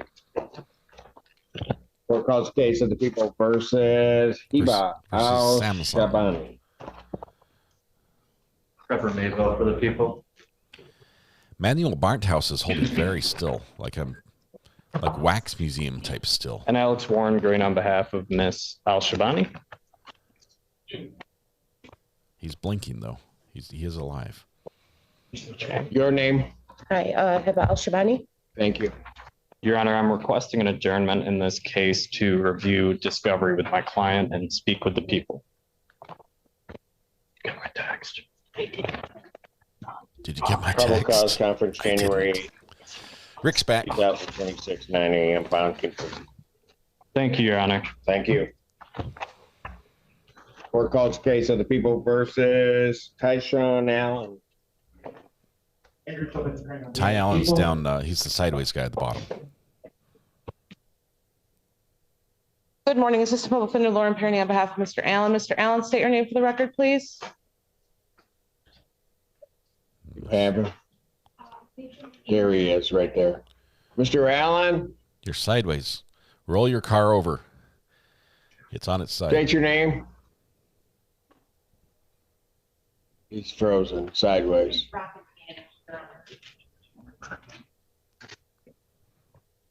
He's there, but he's frozen at this point. So. Rick is taking us on a field trip. I have two requests. The first being an exam date. I'm not going to set an exam unless I can see him, and that's what he wants. So I'll pass it. You can try to get him. Okay. Yeah, it looks like he's gone again. All right, thank you. Yeah, I don't. Rick has places Court to does be. call the case People versus Bonnie St. John. I should call this for the people. This case is going to be called while they're driving. Judge will not be happy about that, but he's in the passenger seat at least. Good morning, Assistant Public Defender Lauren Perny on behalf of Ms. St. John. What are we watching Ms. with St. John, Michael? state your name for the record, please. Is that Coco Melon? Your Honor, I'm requesting an adjournment so Ms. John and I can have some more conversations. An offer was made. I just want to make sure she fully understands that offer. And she would like to renew her bond motion. I know I made one at a previous probable cause conference. She is hoping to be released. If she were to be released, she'd go home to her husband in Canton.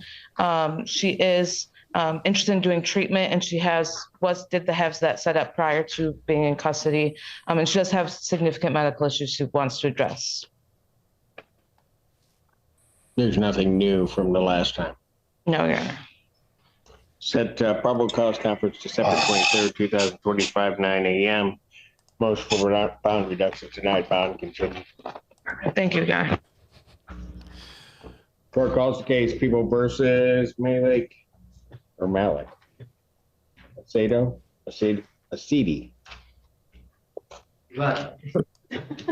What'd you say? You said you did great. I said you got it. Trevor Mayville for the people. And Stephanie Cannon. Always good. Thank you for saying that. The attorney has never said that. You're amazing, Your Honor. Ty Allen's back. What do you want? Your Honor, we're asking for a 2-week adjournment. Mitigation information has been prepared. We just have to get it over to the prosecutor's office. Peace out. So we'll adjourn this matter to January 8th, 2026, 9 a.m. Bond. Thank you. Thank you, sir. Michael's doing the whole bring the baby to Court court for calls the case of sympathy. People versus Randolph Taylor. Trevor Mayville for the people. Assistant Public Defender Chelsea Virgil with and on behalf of Randolph Taylor, who approaches. Nobody knows who Mr. Taylor, Samsung please state is. your name. Randolph Taylor. Thank you.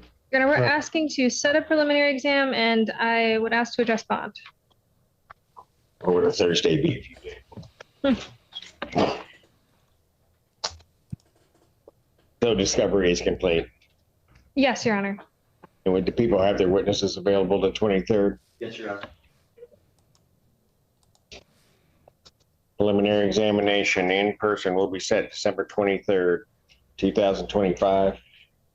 Rick's on a bumpy road. That's before me. I think he's going hunting. Look at the way the road is like. Yes, Esteban. Your Honor, Mr. Taylor has been in custody for a couple months now. He has this uttering and publishing case, and then one other case, Judge Froschauer, that's a retail fraud 3rd degree. Uttering and publishing. Is he released on that case? He's not. It's a low cash bond, but he has court on Monday, so I'd be asking Judge Froschauer for a personal bond on Monday. I'm hoping we can resolve that case on Monday. Mr. Taylor would be staying in Ann Arbor. He has no convictions in the past 5 years, and he continues to see currently as he did before he was in custody. Any response from the people? I might have to move Based off myself the nature of the case, I'm not opposed to police. to cover the. I don't want to get a copyright strike for whatever Michael's showing his kid. Coco Melon strikes the Recovery Addict channel. Defendant's bond is reduced $5,000 personal recognizance fund. Thank you, Your Honor. Maybe I can shrink down and just get on the Remain in TV. effect. Court calls case People versus Renee Andrews.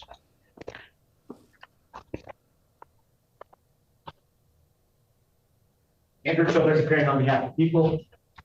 There we go. I'm just on. Morning again, Assistant Public Defender Davi Lieb on behalf of Ms. Andrews, who stands to my right. Ms. Andrews, will you please tell the court your name? Renee Andrews.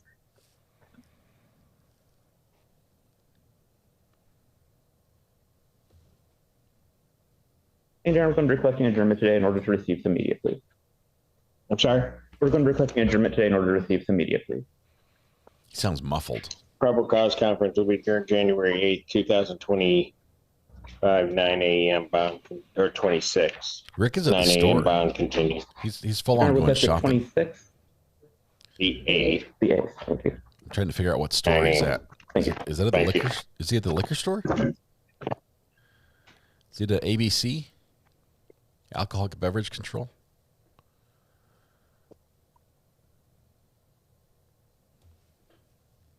Child's watching Recovery Addict. Baby's dancing. Hey, hi, baby. Court calls case People versus Patrick Williams. Alexander on behalf of the people.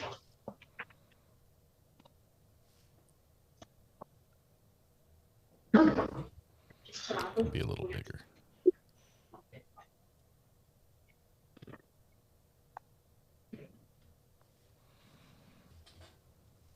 All right, Mr. Williams, Assistant Public Defender, tonight to carry out and rule, Your Honor, on behalf of Mr. You have two Patrick Samsungs Williams. now. State your name for the record, please. Patrick Michael Williams. All right, thank you. Judge, we'd like to set this matter for exam, please. Oh, you got cigarettes. What are we smoking today? What's the brand? Are those Marlboros? Marlboros? Reds? Discovery is complete. To our knowledge, Your Honor. I don't know what they are, but People have their don't witnesses smoke. available the Don't 23rd. smoke. We're trying to quit here. Preliminary examination in person, December 23rd, 2025 at, or 9 a.m. before. Listen to Judge- Auto Betty Gal. Judge Barr. You will feel better. Continue. You'll feel better. You'll be richer. You'll be healthier. You'll live longer. Just Court don't calls like case that. People versus Santana Arrington. Stepping in for Ms. Your Honor, Trevor Mayville for the people. Assistant Public Defender Chelsea Regiels with and on behalf of Santana Arrington, who should appear via Zoom. Ah, top right corner. I see her. Yes, I am here. Now she's right above me. Oops. State your name. Santana Arrington. What are we doing? Your Honor, this case is being dismissed outright by the people. Hey, And I have no objection. there you go. Case Best is possible dismissed. outcome Now for Santana. Thank you. Thank you. Case Court calls dismissed. case People versus Tanaris Williams. Oh, Rick, you can't smoke in court. You cannot smoke in court. You're center stage. You're in the center square. They're going to know you're doing it, Oh, Rick. yeah, the Assistant Public Defender with and on behalf of Mr. Williams, who's approaching. Could you say your name for the court? Tanaris Williams. And Your Honor, we are requesting adjournment. Probable cause conference, December 23rd, 2025, 9 a.m. Bond continues. Thank you, Your Honor. Thank you. We're in a break right now. Brian Court calls Wall's case trial People is in the versus bottom Rick right-hand Artuso. corner. You can see the clock over there. That's the live Bill shot Water, from Assistant court. Prosecuting Attorney for the people. Assistant Public Defender Jay Bellinger on behalf of Mr. Artuso, who should be appearing via Zoom. Mr. Artuso, can you please state your name for the record? Good thing you didn't light up, huh, Rick? And Your Honor, I am requesting to adjourn this matter. We are looking to see whether a resolution is possible. He's out at this point. That's correct. Probable cause conference, January 8th, 2026, 9 a.m. Bond continues. Thank you. Thank you, Your Honor. Court calls case People versus Melinda Baker. Okay, Sesame Street will Bill definitely Water, strike. Assistant Prosecuting Attorney for the people. Defender, tonight to carry out and rule, Your Honor, on behalf of Ms. Baker, who should be present via Zoom. Ms. I'm Baker? here. I'm State your present. name. Melinda Baker. All right, go ahead. Your Honor, we're requesting an adjournment in this matter. We're working on mitigation to submit to the people.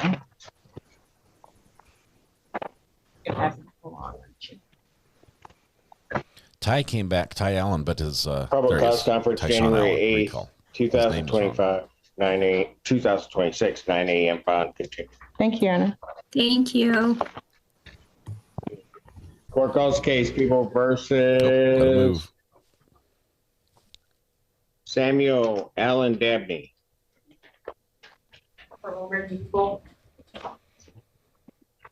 Honor, I think Yagi, Assistant Public Defender with on behalf of Mr. Dabney. I apologize. I do have a green sheet filled out, but our office indicated that retained counsel would be here, so I'm requesting an adjournment. Oh, thank you. Who was he?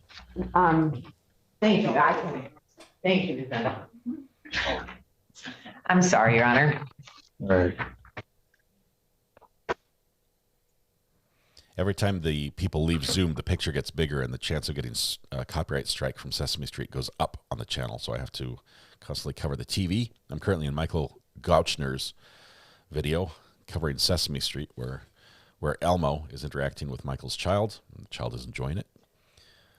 We are watching the bottom right-hand corner, the trial, the Brian Walshe trial, which Brian's team announced today there would be no defense witnesses. Brian Walshe did not testify in his own defense. We are waiting for the judge to come back. The jury has been dismissed for the day, but the judge is covering jury instructions. That'll be handled today. Then tomorrow we'll have closings and verdict watch on a Friday. So in the meantime, we're doing a little bit of court hopping. Yes, sir. We're family friendly.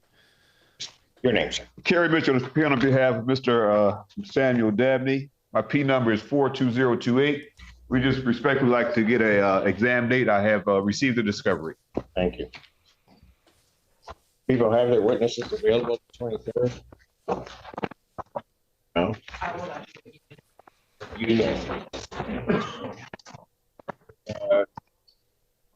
30th work for you, counsel? I'm sorry? The 30th? The 30th? Yeah, I can do the 23rd, but counsel won't be here. I'm going to be on vacation on the 30th. I'm sorry. I'm not going to be in town. Where you going? So now I want to ask where he's going. Yeah. I started to say it out. Yeah, no, I know you did. Everybody was like,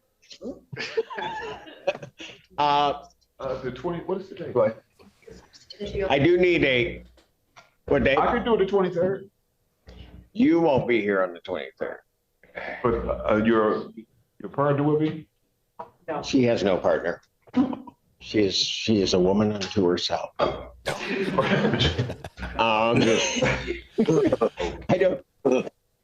set it for whatever date you guys. I would prefer earlier dates than later, though. Tayshawn is hitting the road. If it's set for the 23rd, I could try to make it work, but we have several people going to be out of the office. Yeah, it's Christmas. I mean, well, today's what? Okay, I can go back. I can try for Judge. Let's do the 30th. I'll adjust, man, because I don't want to move this. I want to get this right. I got you. Okay. Let's do the 30th. Nope, Michael's back. Preliminary examination in person, December 30th, 2025, 9 a.m. I would respectfully ask though the people, if some officer or something is not going to be available, to please contact me prior to that date so that I can still leave on a day, you know. You know what I mean? I'll set it 12. It's set at 12 noon before me. Okay. Bond continued. All right. Thank you, Judge. Thank you, sir. Have a great day. The baby and I are bouncing. Court does call the case, People versus Deja, looks like, Banbury. Stephanie Cannon on behalf of Mrs. Banbury.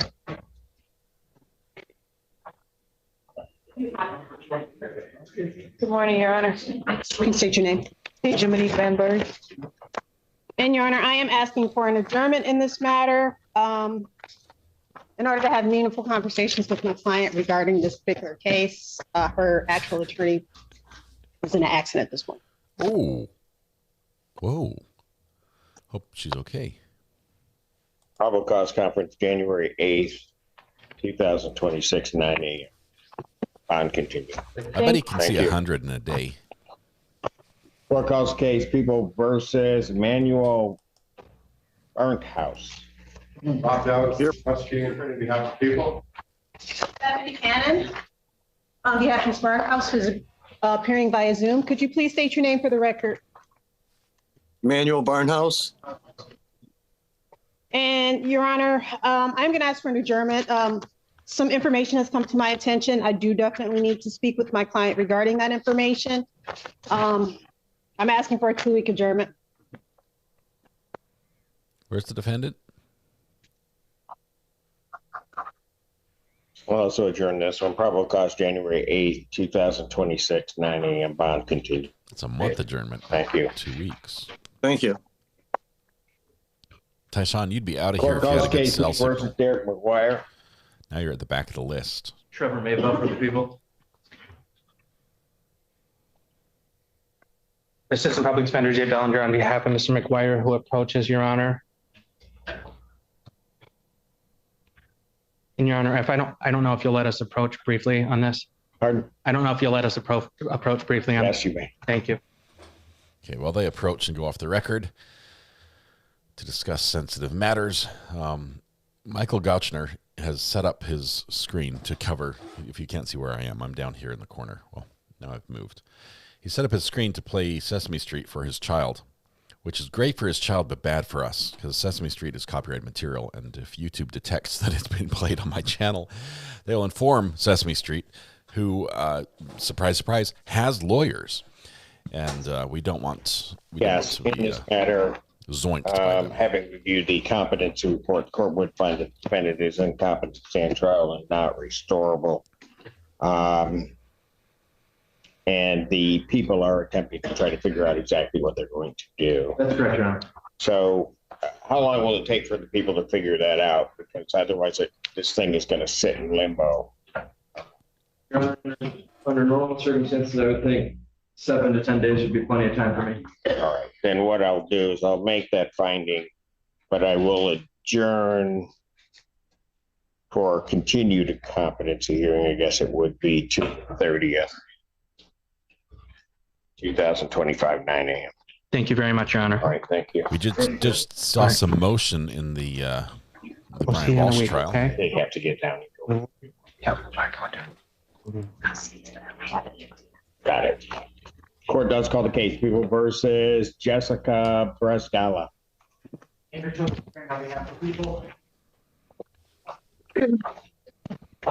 morning, this is Public Defender Lauren Kearney on behalf of Ms. Brascala. Samsung. Your Honor, Ma'am, can you state your name, please? Jessica Brascala. Okay. Your Honor, we're requesting adjournment. There's some additional media that I would like and some other issues we need to work out. Uh-oh. Probable cause conference in this matter will be adjourned January 8th, 2026, 9 a.m. Bond continued. Thank you. Thank you. Thank you. Be in touch, Ms. Brascala. Yeah, Court calls case People versus Nathan Burgess. She's gone, which means I have to be bigger to cover the TV. Kenneth Overwater, Assistant Prosecuting Attorney for the People. Assistant Public Defender Donnie Leba on behalf of Mr. Burgess, who stands to my right. Mr. Burgess, can you tell the court your name, sir? Nathan Burgess. And I'm going to be requesting an adjournment. We do have a resolution in this case, just need to get the paperwork together. This is getting stressful, Michael. Can you be next? Probable cause conference December 30th, 2025, 9 a.m. Thank you, Your Honor. Bond continued. Court calls case People versus Garrett Carlton.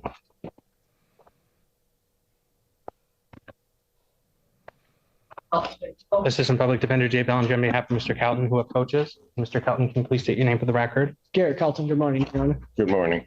And Your Honor, we are just seeking to set this for preliminary examination. Discovery is complete to the best of my knowledge. People are the witnesses available the 23rd. He's got a plaid scarf. That's got to be worth some points. Okay, I'll make the notes in the file in my office. Be in touch. Someone else will rep. Preliminary examination in person will be set December 23rd, 2025, 9 a.m. before 2 days before Christmas. Judge Bar. Okay. 2 days before Bond Christmas. continued. Right, let's take it. Thank you, Your Honor. Thank you, Your Honor. Thank you. Court calls case People versus Amaya Campbell.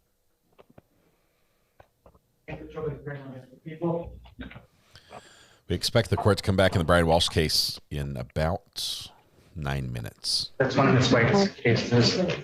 Assistant Public Defender Jay Bellinger on behalf of Ms. Campbell. Ms. Campbell, can you state your name? Amaya Campbell. And Your Honor, my understanding is that we're just asking to adjourn to obtain video discovery in this matter. Video? Correct. This matter, probable Must be cause like conference a will be adjourned January 8th, petty theft, 2025, maybe? 9 a.m. Like a or shoplifting? 2026, 9 a.m. Bond continue. Thank you. Thank you. Maybe a fight. Court calls case People versus Dylan Chapman.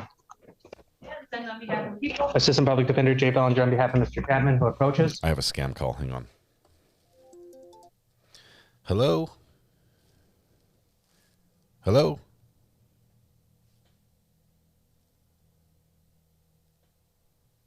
Hello? Hello? Are you there? Sorry. 23rd, 2025. That's noon. That's noon, and that's before me. 12 p.m. before Judge Simpson. We'll give you a call, okay? Bond continues. Thank you, Your Honor. Court does call the case People versus Brian Coleman. It probably doesn't. His channel's not monetized. Assistant Public Defender Nina Apple, Coleman should be appearing via Zoom. Mr. Coleman, can you unmute and state your name for the record? And Your Honor, I know. Oh, I'm sorry. Brian Coleman. Thank Brian you. Coleman. I did previously submit a green sheet. However, Mr. Coleman does wish to waive his right to a preliminary examination today. Is that correct, Mr. Coleman? Yes, sir. You understand that a preliminary examination is a proceeding where the people would have to show by probable cause that the offense alleged was committed and that you committed it. Yes, sir. You understand you'll not have that hearing. You'll proceed to circuit court for further resolution. Yes, sir. People also waive their right. Yes, Your Honor. Preliminary examination having been waived, defendants bound over to circuit court on count. Your Honor, we acknowledge receipt of the information waived formal reading. My client will stay mute. Defendant having waived formal reading, standing mute. Court will enter not guilty plea. Pretrial will be set for February 2nd, everyone's with you for judgment. February 2nd, 2026, 1:30 before Judge Hamoud. Bond continued. Thank you. Thank you. Court does call the case of the People versus Michael. He's the only one left. Make sure I pronounce it correctly. It's Zakara. Nope. Is it Daphne Bersiaga? Daphne Bersiaga. Did what I could. Please state your name for the record. Hi, Daphne Bersiaga. And Your Honor, I'm an Assistant Public Defender Jay Bellinger on behalf of Mr. Daphne Bersiaga, Your Honor, and we are just seeking an adjournment, is my understanding, for purposes of further negotiation. Probable cause conference January 8th, 2025, 9 a.m. Bond continue. Thank you. We'll be in touch, okay? We're going to switch the audio Says to this one. Court calls case Davis. Kenneth Overwater, Assistant Prosecuting Attorney for the People. 2 is going to be 7. 1 is going to be Zach and Ruleigh's case. Sorry, Judge. Assistant Public Defender Chinazi Kyriakin-Ruli on behalf of Mr. Vasquez Davis, who's approaching. Vasquez, state your full name for the record. My name is Vasquez Faison Davis. Thank you. Judge, we're asking for an adjournment in this matter. We are in negotiations with the people. There's also some media that we're looking to see if the people have. But if the court could give us the date for the 30th, that would be. Probable cause conference December 30th, 2025, 9 a.m. Bond continue. Thank you so much, Your Honor. Thank you. Thank you. Court calls case People versus David DeLucia. Kenneth Overwater, Assistant Prosecuting Attorney for the People. Stephanie Cannon on behalf of Mr. DeLuca, who is approaching. Your name, sir? David Mark DeLucia. And DeLucia. I said it, I was so close. Pretty And Your Honor, we're gonna, again, another case where we're gonna ask for an adjournment so that, Ms. White. yes, can meet with him. Probable cause conference will be adjourned January 8th, 2026, and Bond continue. Thank Thank you. They're back. Court does call the case People versus Kenyatta Dickerson. Should be back in court with Brian in about 4 minutes. We'll take it full screen and just jump from Simpson when that happens. Assistant Public Defender Jay Bellinger on behalf of Mr. Dickerson, who appears via Zoom, Your Honor. Mr. Dickerson, state your name, please. Jay Dickerson, Your Honor. All right. And Your Honor, we are just asking to set this matter for preliminary examination. To my knowledge, discovery is complete.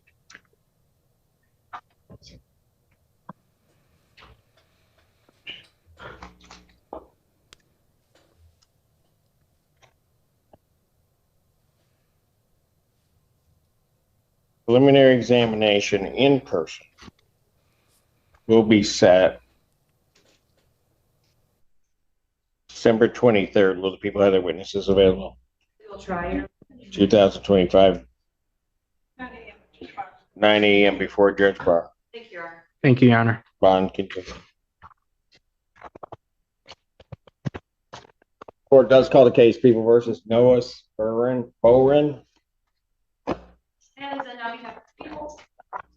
Morning, Your Honor. May it please the Honorable Court, David Burgess on behalf of Noah Bowen, standing in for the attorney of record, Wade Fink, with Mr. Bowen's permission. Is that correct, sir? Yes. And then state your name for the record. Noah Bauer. Okay, Bowen, thank you. And Your Honor, we're discovery is complete. We're requesting exam, or Mr. Fink is specifically requesting exam in this matter. People have their witnesses available the 23rd. Mr. Fink's fine with that, Your Honor. All right. 30th, or you need further out than that? Could we do this? Any objection? That's fine, Your Honor. Actually, I think that's the date Mr. Fink preferred. So, all right. Preliminary examination in person, January 6th, 2026, 9 a.m. That is before Judge Perry. Bond continue. Thank you. Court calls the case People versus Tegan Donald. Kenneth Overwater, Assistant Prosecuting Attorney for the People. Assistant Public Defender Davey Lee on behalf of Ms. Donald. She here? Your Honor, I have not spoken to her today. I did speak to her yesterday. Why are you looking at the door? Where is she? Donnell? I can't seem to find her, Your Honor. I'd ask the court would give me an opportunity to pass the matter to give her a phone call. Bench warrant will issue for defendant's failure to appear. Bond 10,000. Cash surety. That warrant will issue immediately. Thank you, Your Honor. Court calls case People versus Shawante McFarland. Andrew Childers, attorney on behalf of the people. At the door. They are not. I'm going to share an Court update calls with case you People versus Zachary Doran in just a second.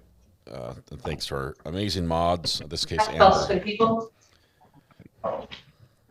And Alex Warren, Green on behalf of Mr. Doran. Could you state your name? Zach Doran. Thank you.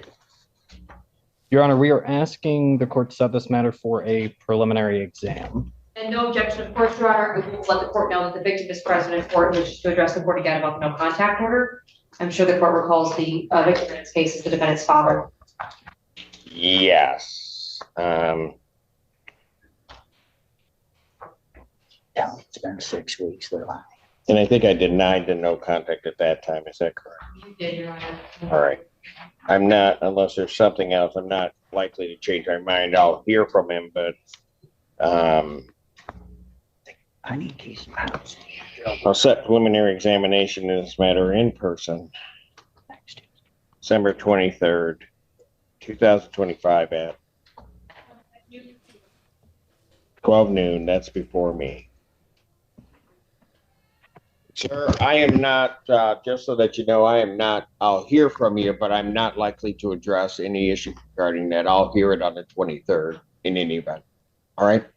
Thank you. And Your Honor, I think Mr. Doran specifically wanted to ask the court to reconsider the GPS tether. We weren't planning on addressing the no contact issue today, but when the people let me know that, I told my client that the complainant did wish to ask for contact, I know Mr. Doran's concern is he's asking the court to reconsider the GPS tether provision. At this point, I'm not going to do anything. I'll hear the exam on the 23rd and then I'll make a decision. Thank you. Understood, Your Honor. Thank you. We have an update from Judge Simpson's court. Thanks to Amber. I'll give that to you here in just a moment before we go to Brian Walsh. Y'all remember Courthouse case of the people versus Eric LZ Williams. Kenneth Overwater, Assistant Prosecuting Attorney for the People. The public defender Hannah Apple appearing on behalf of Mr. LZ Williams from Miss White. Your Honor, we are asking for an adjournment. I'm sorry, will you state your name for the record? Eric LZ Williams. Thank you. There has been an offer extended, a misdemeanor offer. I'd ask for an adjournment to have that discussion with Mr. LZ Williams. December 30th, 2025, 9 a.m. Bond continue.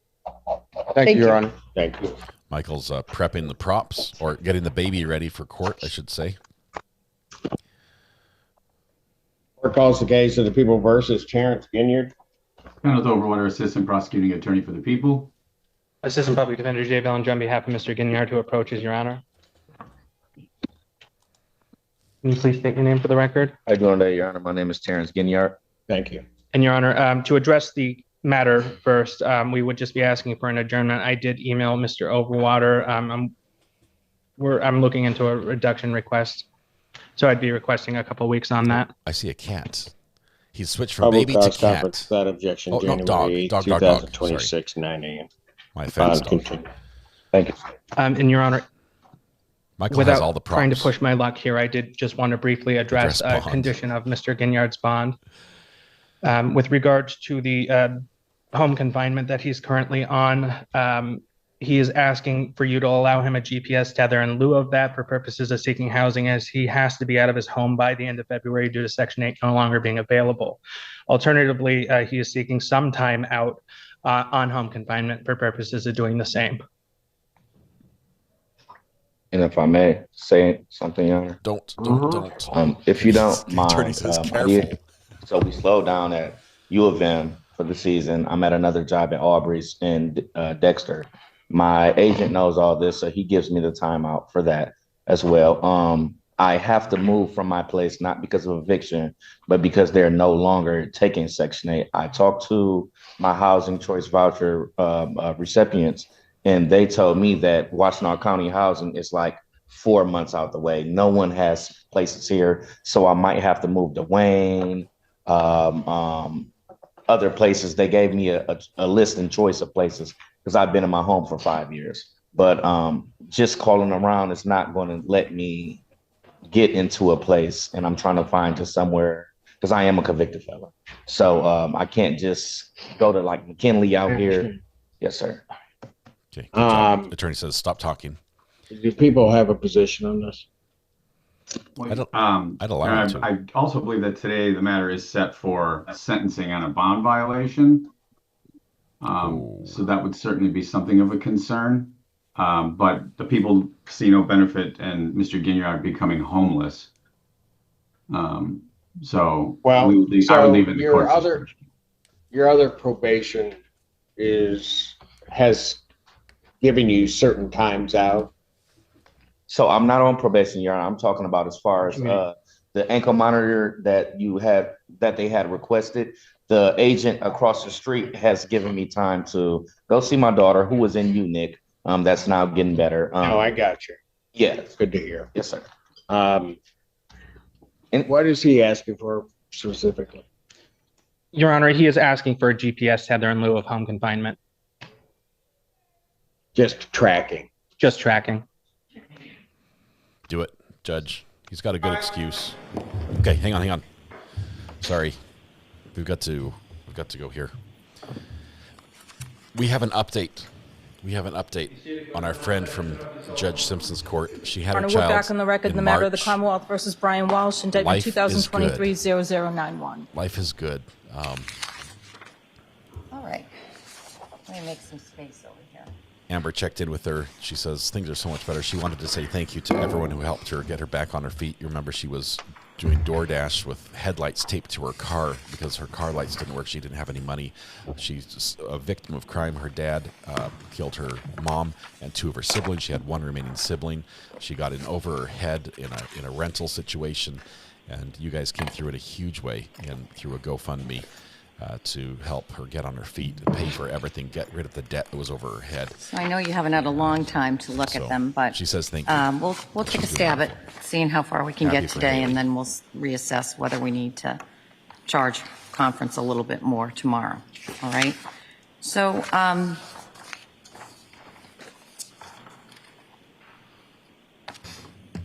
my approach to charge conferences is pretty informal.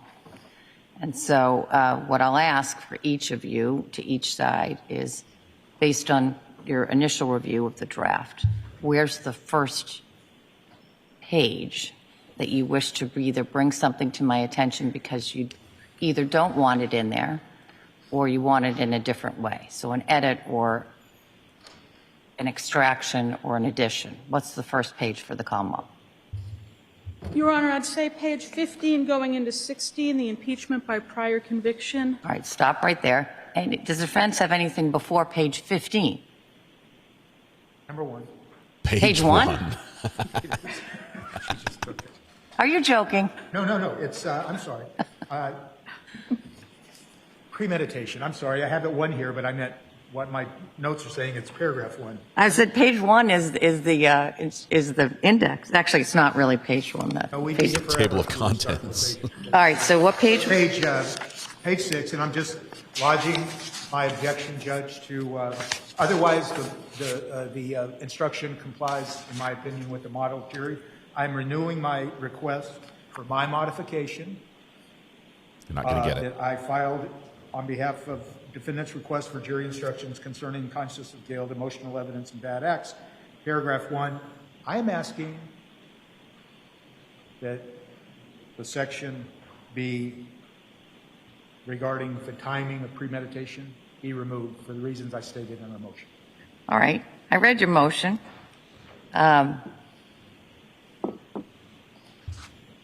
Denying your request to make the change. As you know, if I agreed with you, I guess the underlying premise that I thought there was something wrong with that instruction, I agree with you. These are just model instructions. Now, they're model instructions that people have spent, I don't know, countless hours assessing the propriety of, but I don't think that instruction is improper in any way. I think it's a proper instruction, and it's one that ought to be given in this case. So I won't modify the model SJC instruction with regard to the request, but it's been fully preserved for the appeals court if they decide to change the instruction. Thank you, Judge. Mm-hmm. Judge stands her ground. So 15 on to 16. Anything from the defense before page 15, other than what you just mentioned? Page 9. Yes, counsel. The instruction, parentheses B, yes. Use of a dangerous weapon. Okay. I think that's in the context and circumstances of this case, that instruction is very prejudicial and misleading. There is no evidence of, no direct evidence or circumstantial evidence that there was a weapon used that caused the death of Anna Walsh. See, and this is good defense So what work. the jury is being allowed to do. What about the breadcrumbs that the Commonwealth put down? Everything was purchased after. What, the breadcrumbs?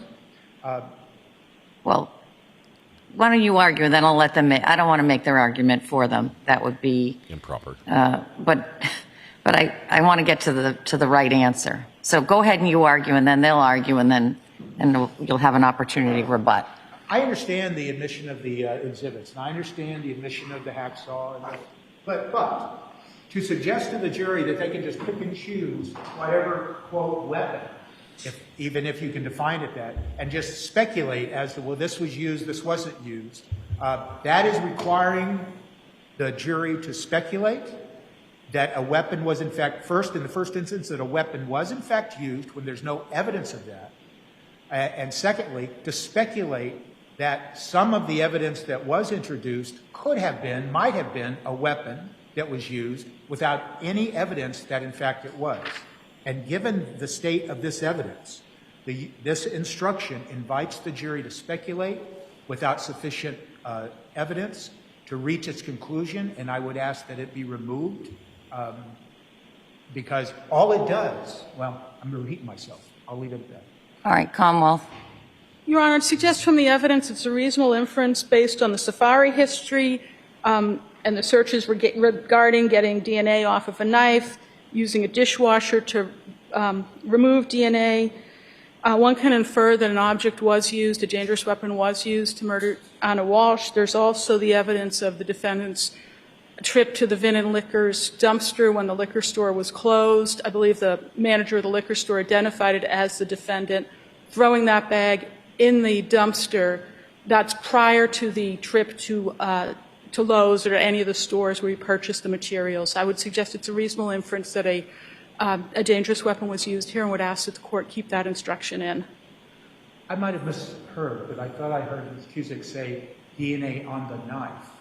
No, she didn't say that because there is no DNA on the knife, right? That's correct, Your Honor. So, but I did hear you say knife, didn't I? Knife. I didn't hear her say knife just now. There was a search. There is a knife above the. There is a knife, but there is also a search in the web history in the defendant's. I remember that. And then regarding. It was, the search was specific, as I recall it, and remind me if my memory is wrong. Is the search with regard to the dishwasher specific to a knife? Your Honor, may I? I believe that I can answer this question. Why don't everybody stand up? We all There talk. is a slate.com article that the defendant went to that was regarding getting can DNA be removed from a knife. Yes. Then the dishwasher is following that, right? Is follows that, and it's can the dishwasher, and I'm just trying to find the exact words. Give me the page number on the, I think it's Exhibit 79, is that right? It's Exhibit 79. All right. And then page number 4, the DNA off of a knife. Yes. Is page 578. Let me get there. Okay.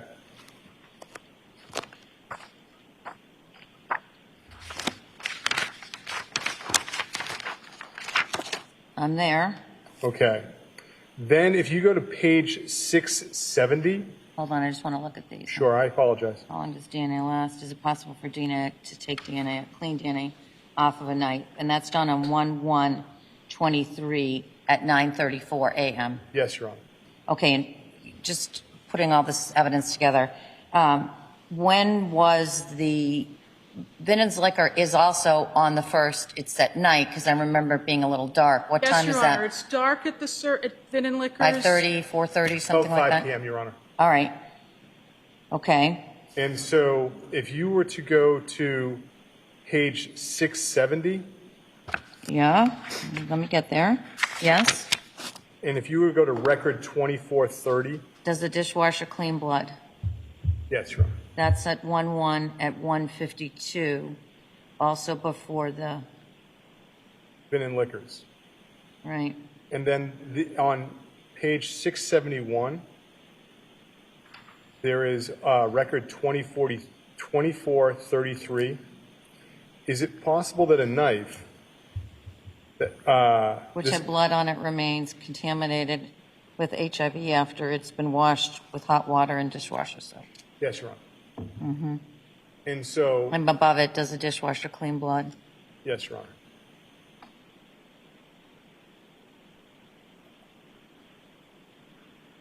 Mm-hmm. So I think earlier you referred to breadcrumbs. That's what I said. And so our position would be it's a reasonable inference based on the searches, the behavior of going to Vin and Liquors, and then this is all before the Lowe's trip where the other articles are bought for the purposes of the dismemberment. And if you look into the searches on the second, it's instructions on how to dismember. So there I see what our argument is that those searches show the reasonable inference that a weapon was used. The timeline is definitely helping this argument. I think the judge is going to allow this to come in, which will be All right. extremely There are the breadcrumbs. detrimental Attorney to the Tipton, defense. back to you. Well, not going to repeat what I said. I understand the breadcrumbs argument.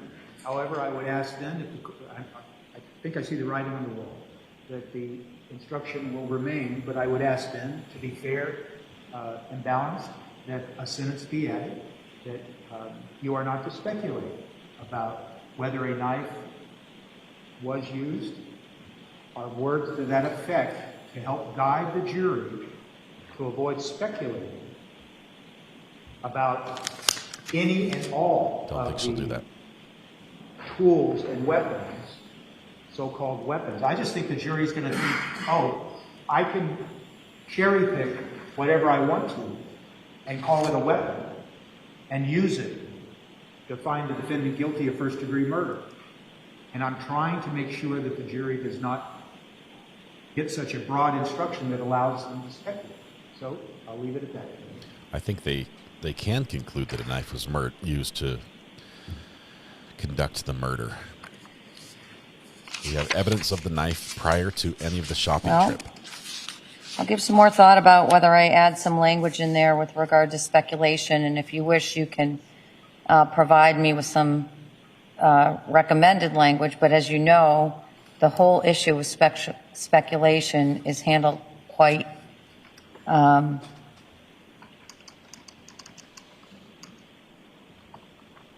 completely in other parts of the instruction. But I'll think about it. I will send the court, if it's okay, I'll send an email to the court today with suggested language. All right. As of this time, the instruction is going in and subject to any additional edits. But I think there's enough there that the Commonwealth has presented, as I said, the breadcrumbs.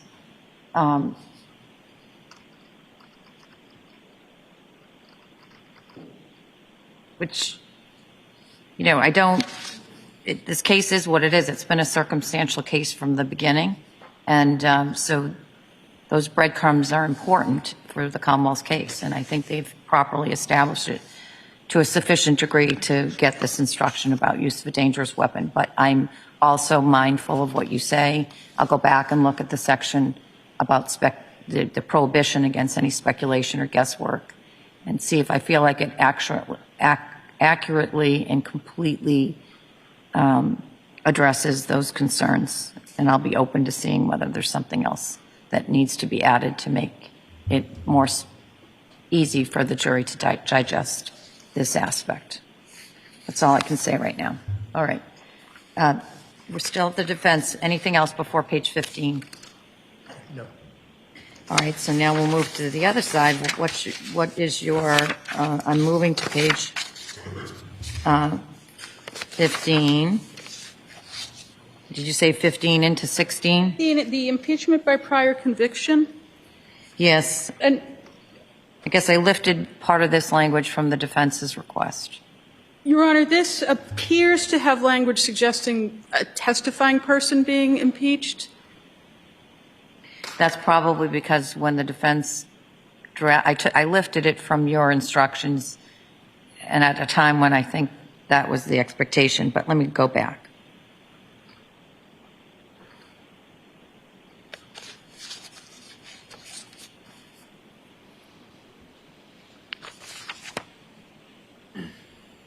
Well, that first sentence, they have heard evidence through a stipulation, right?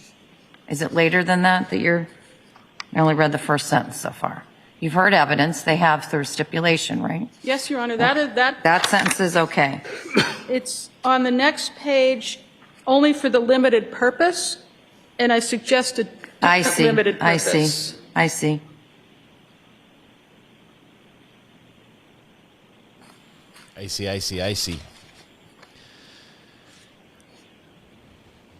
I know I would feel better if the murder one was a physical evidence and not circumstantial, but it's definitely circumstantial carries the same weight.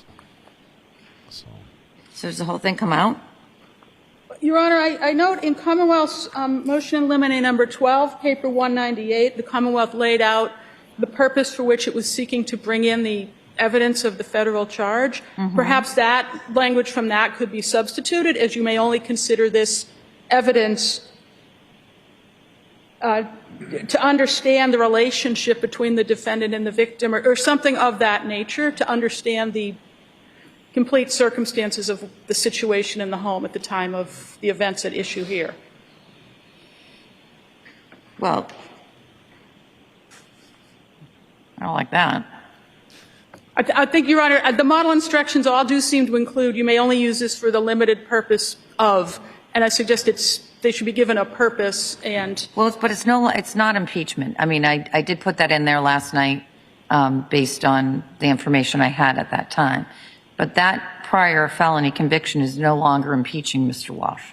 So it just seems to me like it should be out. We think it should be out.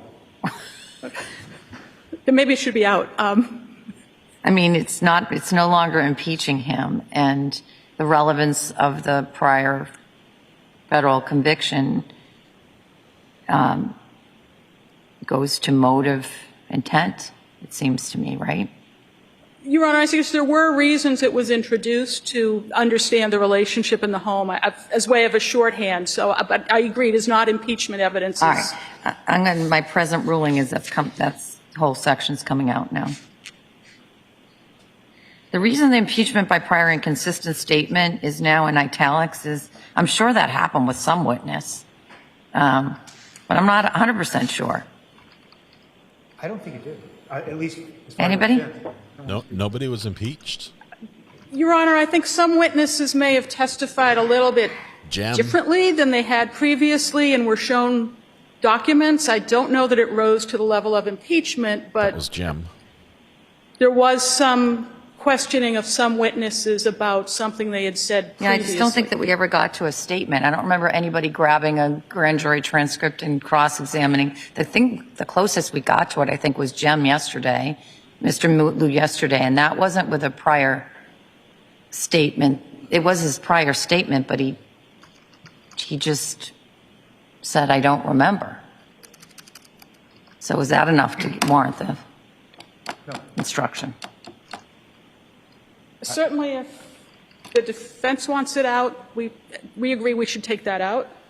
I don't need to give them more instructions that they're wondering, what the heck is she talking about? So I'm inclined to take it out. And we have no objections. All right, that's why it was in italics before. Your Honor, then the impeachment by defendant's prior bad act. Yes. With this, I would suggest that the lying and the conveying of the body are part and parcel of the murder at this point.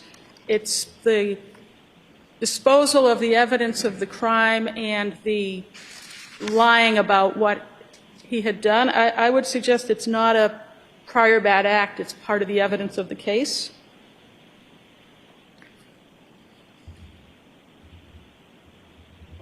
It's an interesting question. There's many interesting questions in this case, Your Honor, no doubt. It's an interesting question whether, where are you drawing the line of a prior bad act occurring? Can you have a prior bad act that's part and parcel? That wouldn't be prior. Is it prior to this time? Is it prior to the crime that was charged? It's arguably subsequent, Your Honor, but. Right. I mean, it's arguably. What about the lying to his federal probation officer? That would appear to be a bad act, arguably a subsequent bad act, but. Subsequent's different. Yes. It's not prior. I tried to address what I believe are prior and subsequent bad acts in our pleading at page 6.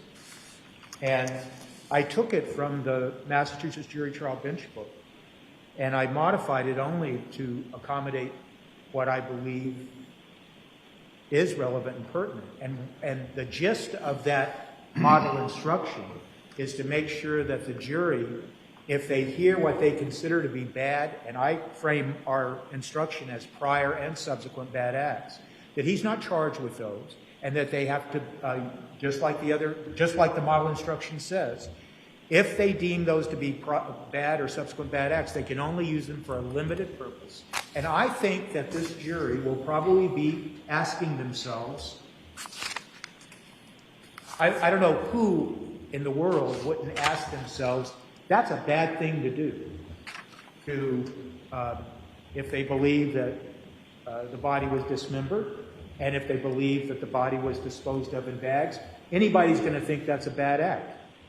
And they need to be instructed that they can't, he was not charged with anything, and therefore they can only use that evidence in a limited basis. And I don't He was charged. much care for the specific language of motive or anything, but it you were is not to model consider it. instruction, and I think I would try to parse.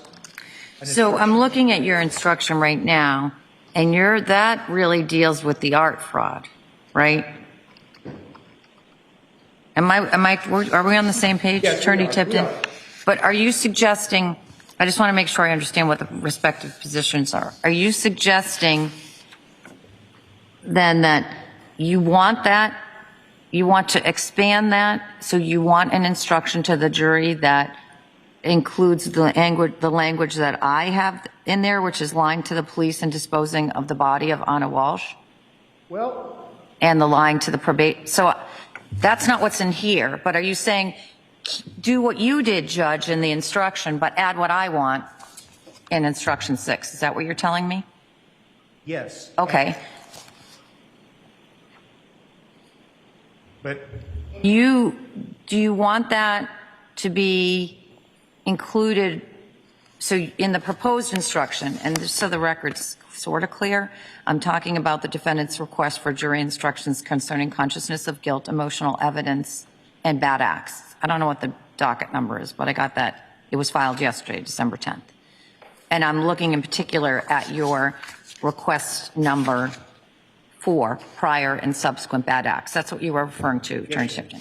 Okay, and so in that, as you initially drafted it yesterday, it was about the art fraud, but you're now suggesting that that would be an appropriate instruction also for the other bad acts that I've identified in my draft on page 17 under impeachment. yes, Your Honor, I was anticipating there to be a proposed other instruction like you had, but yes, Okay. I would ask then that. So I think I understand what the ask is now. Right. And so now I'll go to the Commonwealth.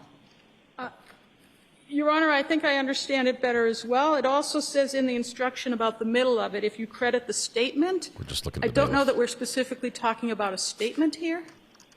And maybe that could be expanded if the court is inclined to keep that instruction in. Well, I think the language comes in that defendant hasn't been charged with committing any other crimes other than murder. I'm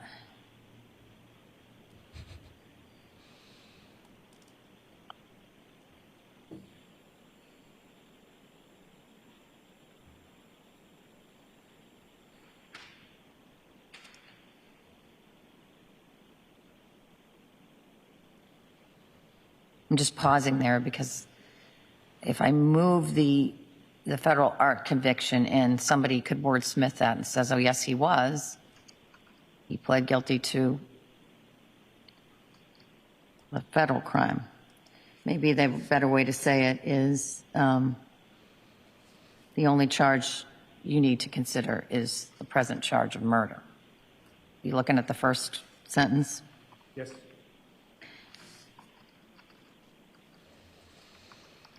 Let me take a minute. This was a smart move by the defense. Now, is he going to go full Judge Wolf, like the pro se guy in Judge Wolf's? Once he gets found not guilty of one or guilty of the other, is he going to go to retract his guilty plea? I don't think the judge would let him on that.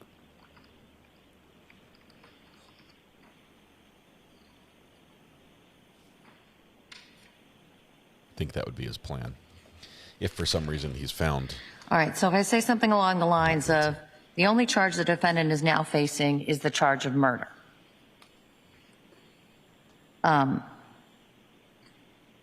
You've heard mention of other acts allegedly done by the defendant, namely,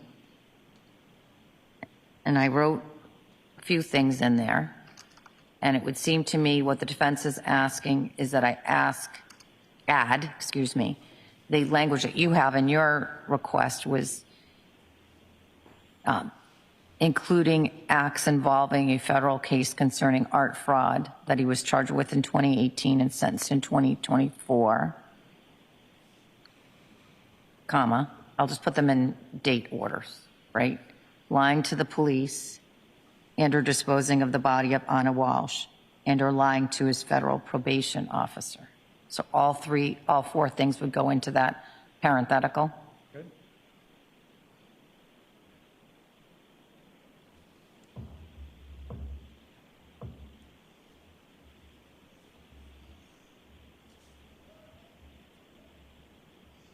Okay, and then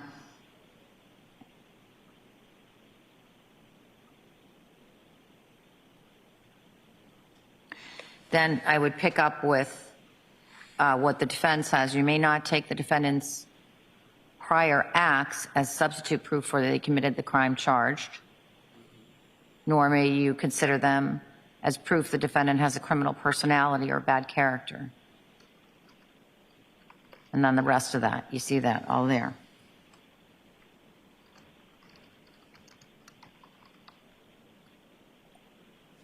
All right, what do you think about that, Kamala? Will the court be removing the, but if you credit the statement sentence? Yeah, no, what I would do is, I'd make the change that the only charge the defendant is now facing is the charge of murder. You've heard mention of other acts allegedly done by the defendant, namely, and then I would go to the defense's suggestion, namely, acts involving a federal case concerning art fraud and that he was charged with in 2018 and sentenced in 2024, semicolon, lying to the police, semicolon, and or disposing of the body of Anna Walshe, semicolon, and or lying to his federal probation officer, end parentheses. Then pick up with the defense's request and follow that through the end. You may not take blah, blah, blah, right through to it would be extremely unfair to consider this evidence for those purposes. That's where I think I'll end it.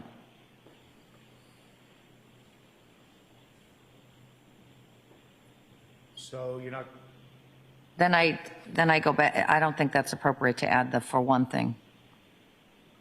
the last two sentences? That's right. I will just say, Judge, that those sentences are contained in the model instruction at page 343. I'll take a look at it, but it seems to me then if I put that thing in there, then I've got to, I don't know what I do about the other things, because you can see the issue that raises. Your Honor, there's also the possibility that maybe this instruction should be given around the same time as the consciousness of guilt, because it almost seems, I don't have them both right in front of me, but it almost seems like we might be telling the jury different things about how they can handle the evidence of lying to police and the conveying of the body of Anna Walshe. Well, that consciousness of guilt is before here, isn't it, maybe? I believe it's on page 27. Oh.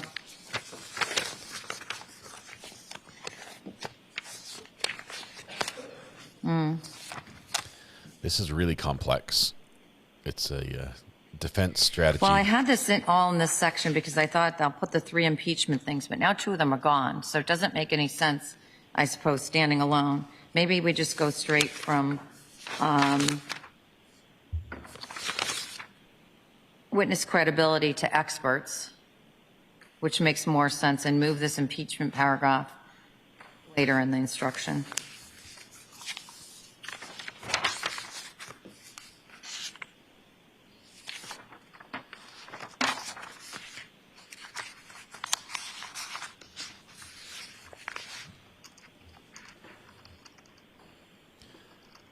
When they say that the trial court is a 4-dimensional chess game, this is part of it. What do we think about putting it? Part of it. Either around the vicinity of the consciousness of guilt instruction. Well, my comment would be I'm objecting to the consciousness of guilt, so I know you are. I know you are. It seems to make more sense in that area. So I'm going to move it probably before or after the consciousness of guilt instruction, somewhere in that vicinity. And if you have any strong preferences, you let me know when we get down to page 27, recognizing you don't want it at all. But I'll edit the impeachment to include a substantial portion of what the defense has requested and add in specifically the federal case. That's all I can tell you for now. To be continued on tomorrow if we need to discuss it more.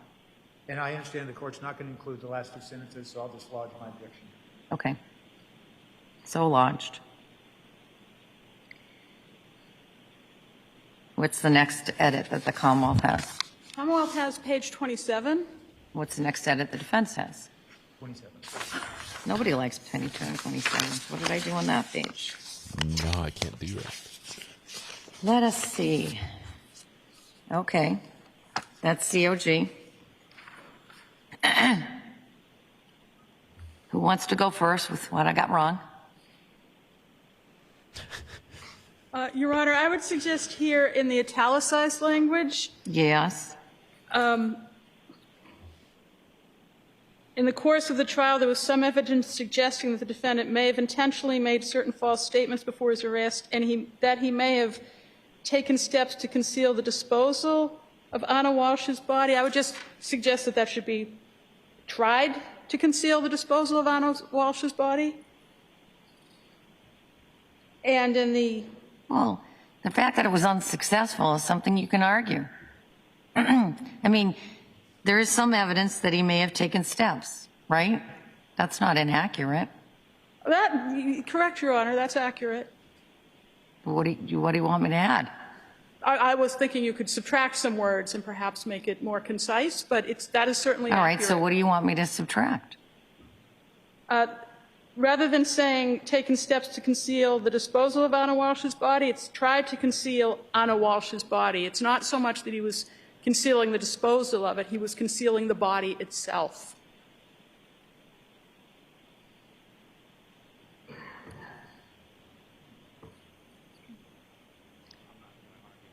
So you want me to taken steps to conceal Anna Walsh's body after death? Yes, Your Honor, because it's the body itself. It's not so much the concealment of the body, but it's the steps to conceal the body, not yes. the disposal of the body. Yes, Your Honor. All right, that's probably more accurate. So under the Commonwealth's request, I would delete the 3 words, the disposal of. Will you add the word try? What do you want me to add? Try? I thought I heard the Commonwealth asking for try. Commonwealth's content with how the court articulated the... Well, attempted to take steps might be consistent with the evidence, but then that puts my thumb on it a little bit because it presumes that that was evidence of her body.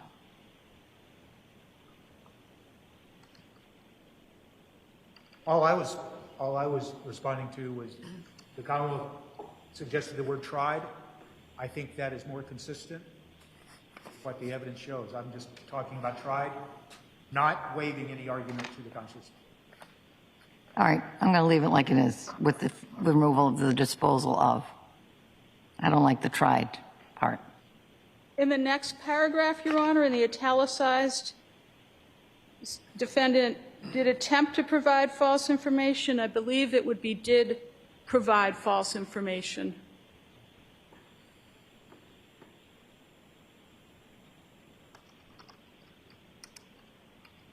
And there I got the language right in the second attempt in terms of what you just pointed out in the earlier paragraph. Even a blind squirrel finds a nut every once in a while. All right. Any other edits to that consciousness of guilt instruction? Recognizing the defendant doesn't want it, and that objection is noted and lodged. Squirrel. Are you done? I think she's done. So, once again, I refer to our prior pleading. And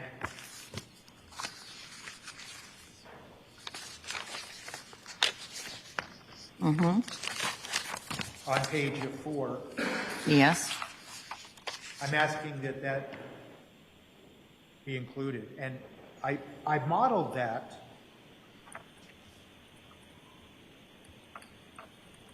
trying to find the citation. I modeled that after what I believe to be the gist of a supplemental instruction 9:22, and it's a district court. And the heading for that supplemental instruction that's included refers to where evidence is of it, where such evidence is of another crime. It goes on to say, I caution you in considering such evidence that the defendant is not on trial for, then it has a blank intended, Right. and that's what I do. But now that I'm moving down the other section that we just discussed, which far more in a more detailed fashion addresses that. You mean in the prior? Yes, because now that's going to sit right on top of this one. Well, but I think that the reason I'm pressing this, notwithstanding this other instruction, is because I think just the title alone draws attention to the jury, where they're hearing a different instruction entitled consciousness of guilt. And I don't know that jury will take some language from a prior instruction and import it into this one. And it's important for them, in my opinion, in our opinion, to have context for how they use so-called consciousness of guilt evidence. And the other thing is, when you talk about consciousness of guilt evidence, the case law is clear, and the instruction says they can't rely on consciousness of guilt evidence alone. And I think it then, since we don't want the instruction in the first instance, at least it gives them better context for how to apply what they may deem to be consciousness of guilt evidence, especially where you hear all of these other acts. And yes, they will get the prior bad acts if you juxtapose it before this instruction. I actually think it's better right after it, as I'm thinking about it, because it leaves them with it puts them in that moment, and then you may not use it for this purpose. As you were arguing, I'm like, that's not going before, it should go after. Right. Because But I guess I'm just pressing this supplement. It's primarily based on this Model 9. I'll go back and look at it, and I'm going to see how it feels once I've moved things around and how it reads.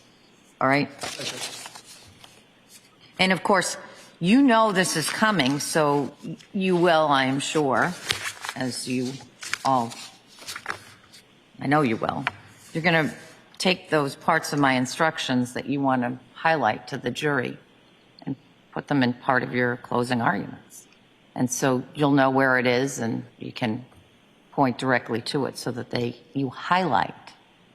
I'm going to tell them, take all my instructions as a whole.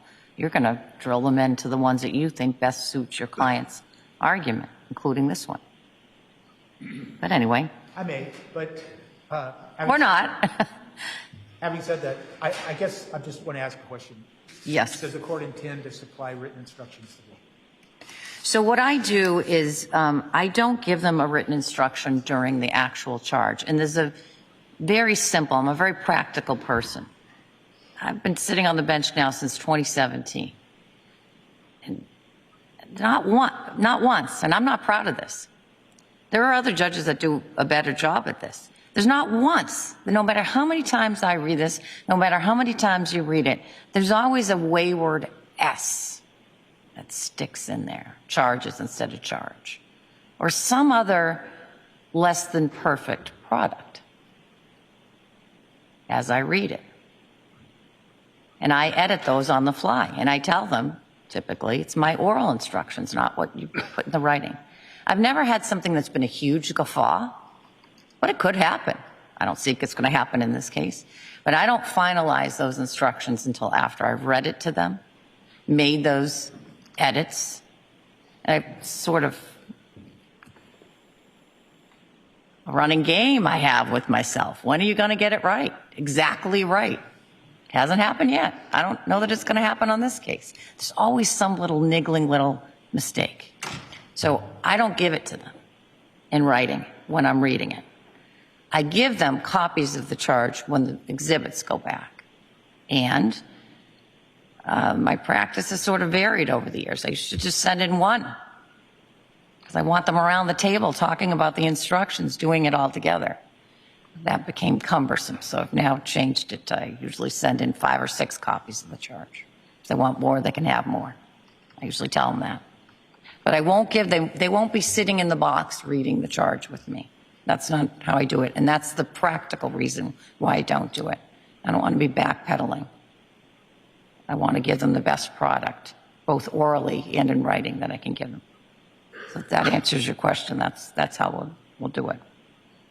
Now, you'll obviously have the draft so you can read along. And I encourage you to point out my errors despite my best efforts. You'll see me up there marking it up as I always do. Maybe tomorrow will be the case that I get it all right. Still trying. All right, what's the next page?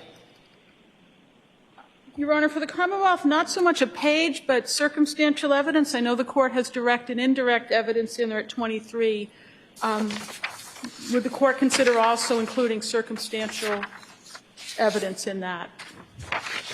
What page you on? Page 23.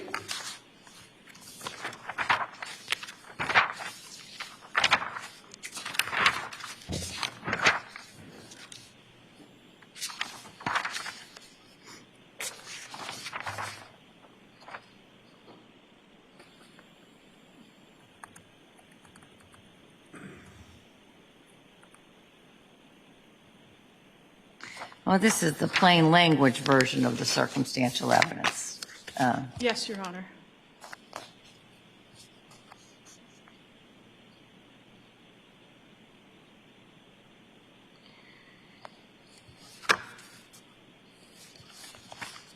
I don't have strong feelings about it. If there's some language you want to propose, I have used other language that refers to things as sort of the more old-fashioned language. This is direct evidence. The mailbox postman thing, I've delivered that a number of times. I think this is the more modern version of that, but if you want to propose some language, I'm not adverse to explaining it. I'm just objecting to any additional language, and I'll wait and see what they propose. But all right. I think this is sufficient. It just talks about it in terms of direct evidence and indirect as opposed to circumstantial. I mean, it could be as simple as adding in sometimes called circumstantial. Yes, Your Honor. With permission of the court, could the Commonwealth submit something later today? Sure, that'd be helpful. And if they do, which it sounds like, excuse me, I'm going to then add. I'm going to object. Just to let the court know, an additional language as for inference that hopefully will counter what they're trying to do. But I'm just giving the court a heads up. I don't want to send you something and you ask. How about if I just say that is indirect evidence, sometimes called circumstantial evidence, and then you don't have to do anything this weekend. I mean, not this weekend. It feels like this weekend. Then you don't have to do anything tonight. I'm going to suggest that, but you can do what you want. The judge is getting. Oh, man, this is good.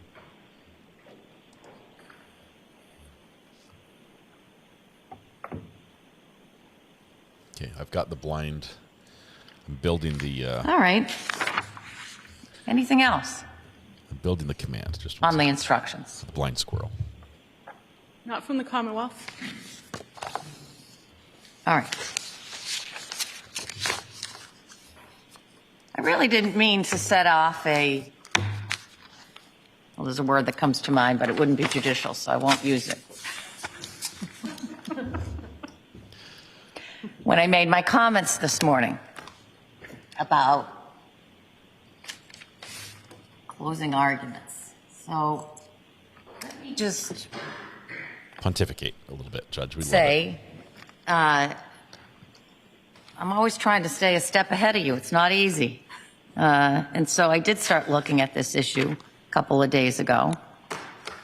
And I'm going to tell you what the cases I came across and sort of where my preliminary thinking is with regard to this. And maybe there isn't an issue. Maybe there is. But let me just tell you, we all know what I'm talking about, right? Well, when you say we, please fill us in. So, what was that? I'm going to give you some cites to some cases, and I'm going to tell you preliminarily where I think the line drawing is. Oh, now we know. And it's really preliminary, because I looked at these like 4 days ago. Oh, Tuesday, December 9th. So I guess it was just yesterday.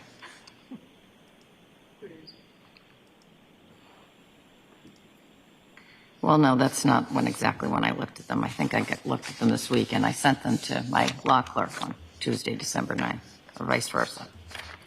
So anyway, here are the cases that I want you to take a look at. 2019, Commonwealth versus Ahern, 96 Massap Court, 197. And that cites to Commonwealth versus Nelson, 468 Mass 1, a 2014 case from the SJC. And I also want you looking at Commonwealth versus Tavares, 27 Mass Appellate Court, 637. And in those cases, the SJC and or the appeals court is really talking about this issue of improper burden shifting and avoiding that in closing arguments. And really, it seems to me the one that's the closest to this is a combination of Ahern and Nelson. And look at those cases. I'm not going to get into a detailed description of what I think the similarities are to those cases. You're going to see it when you read those cases. But it seems to me preliminarily that while the Commonwealth should not comment that the defendant didn't testify, that would be improper. Right. It seems to me that they could point out that there's no evidence that Anna died of any natural causes.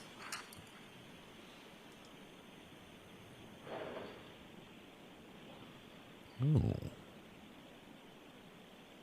Okay.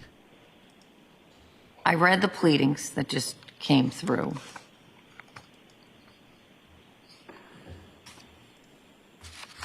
And if that is where the line is drawn, and you don't have to respond to this right now. I'm not, and frankly, the pleadings that just came through, I mean literally the ones that came through before the defense filed right before I went on the bench. I'm not sure, or the allegations of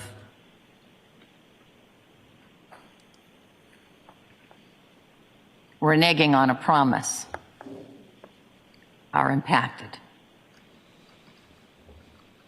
Because they said you'll hear that she But died sudden unexplained. Qualify that by saying I read the pleading quickly and thought to myself, well, I didn't mean to start that. Back to how I opened this discussion. So that's where I think the line is drawn by those cases.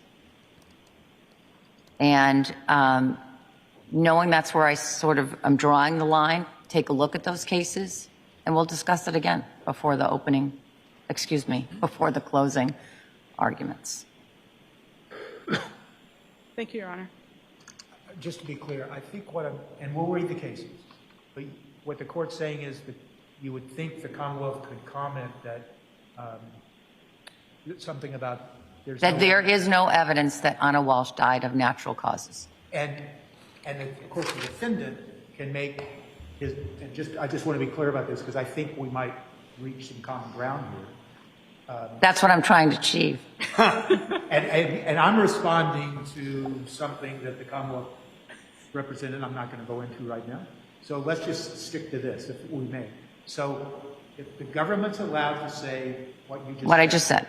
And of course, the defendant can argue there's no evidence that there was any homicide or any. Expect you're going to.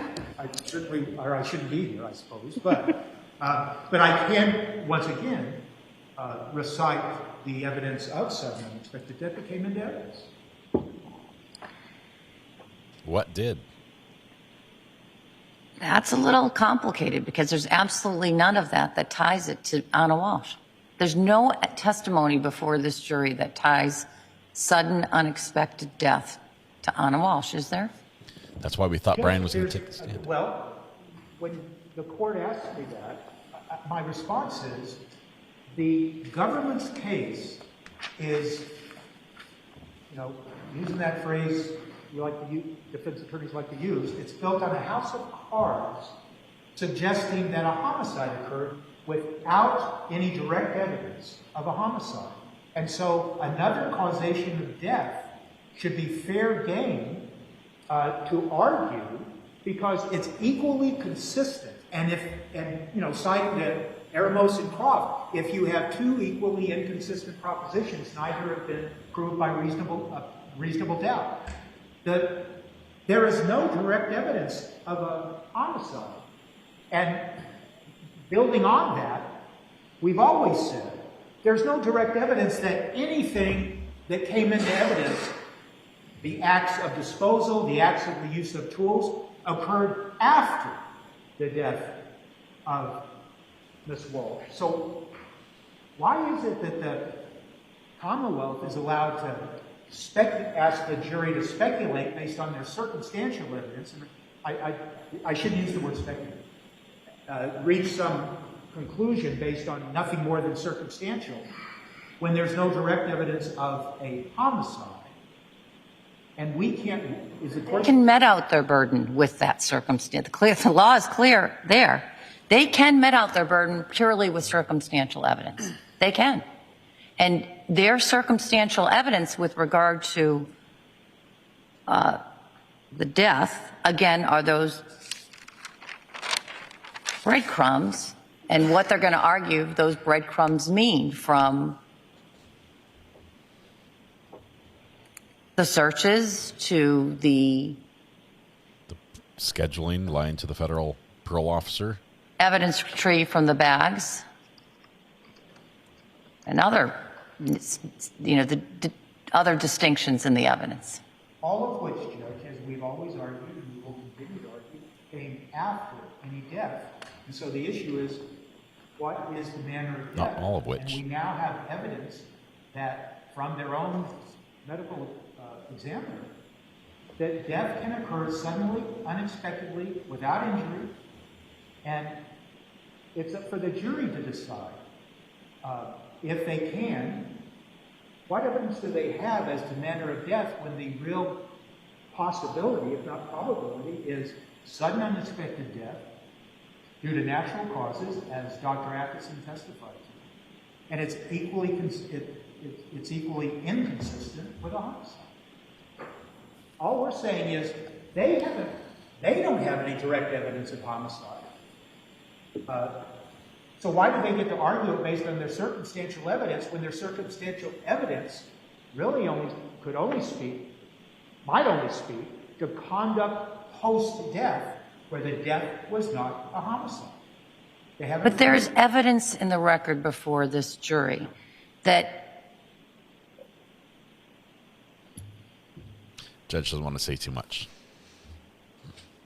She doesn't want to play her hand. She's not supposed to say this. I don't want to interrupt the thought process, but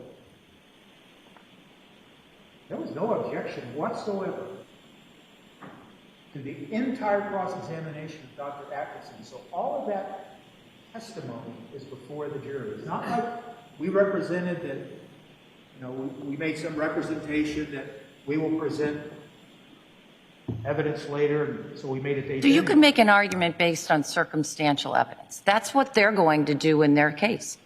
I presume, I don't know what the Commonwealth's going to argue. I presume that they are going to draw a line between some of the evidence that was retrieved from the bags as being circumstantial evidence of things that happened before the dismemberment. I agree, they will. So, for example, the slipper, the blood in the hair. I presume their argument is going to be that that happened before. That's circumstantial evidence, because once the foot covers are purchased, presumably they were purchased, there's a reasonable inference to be drawn, they were purchased to be used. And that's evidence of something that happened before. I think that's an argument. I think that's an argument to be made based on the circumstantial evidence that's presented. But so I'm turning to you and saying, if you want to argue to the jury that there was circumstantial evidence that Anna Walsh died of some natural causes, I'm just asking, what's the circumstantial evidence upon which you base that argument? That our argument fundamentally would be that all of the evidence that the government suggests was evidence that was created in the context of a homicide. There is no evidence that it was not created after a death. And so since the jury heard all about the not only just the possibility, but the probability that there is sudden unexpected death, that the jury needs to decide for themselves.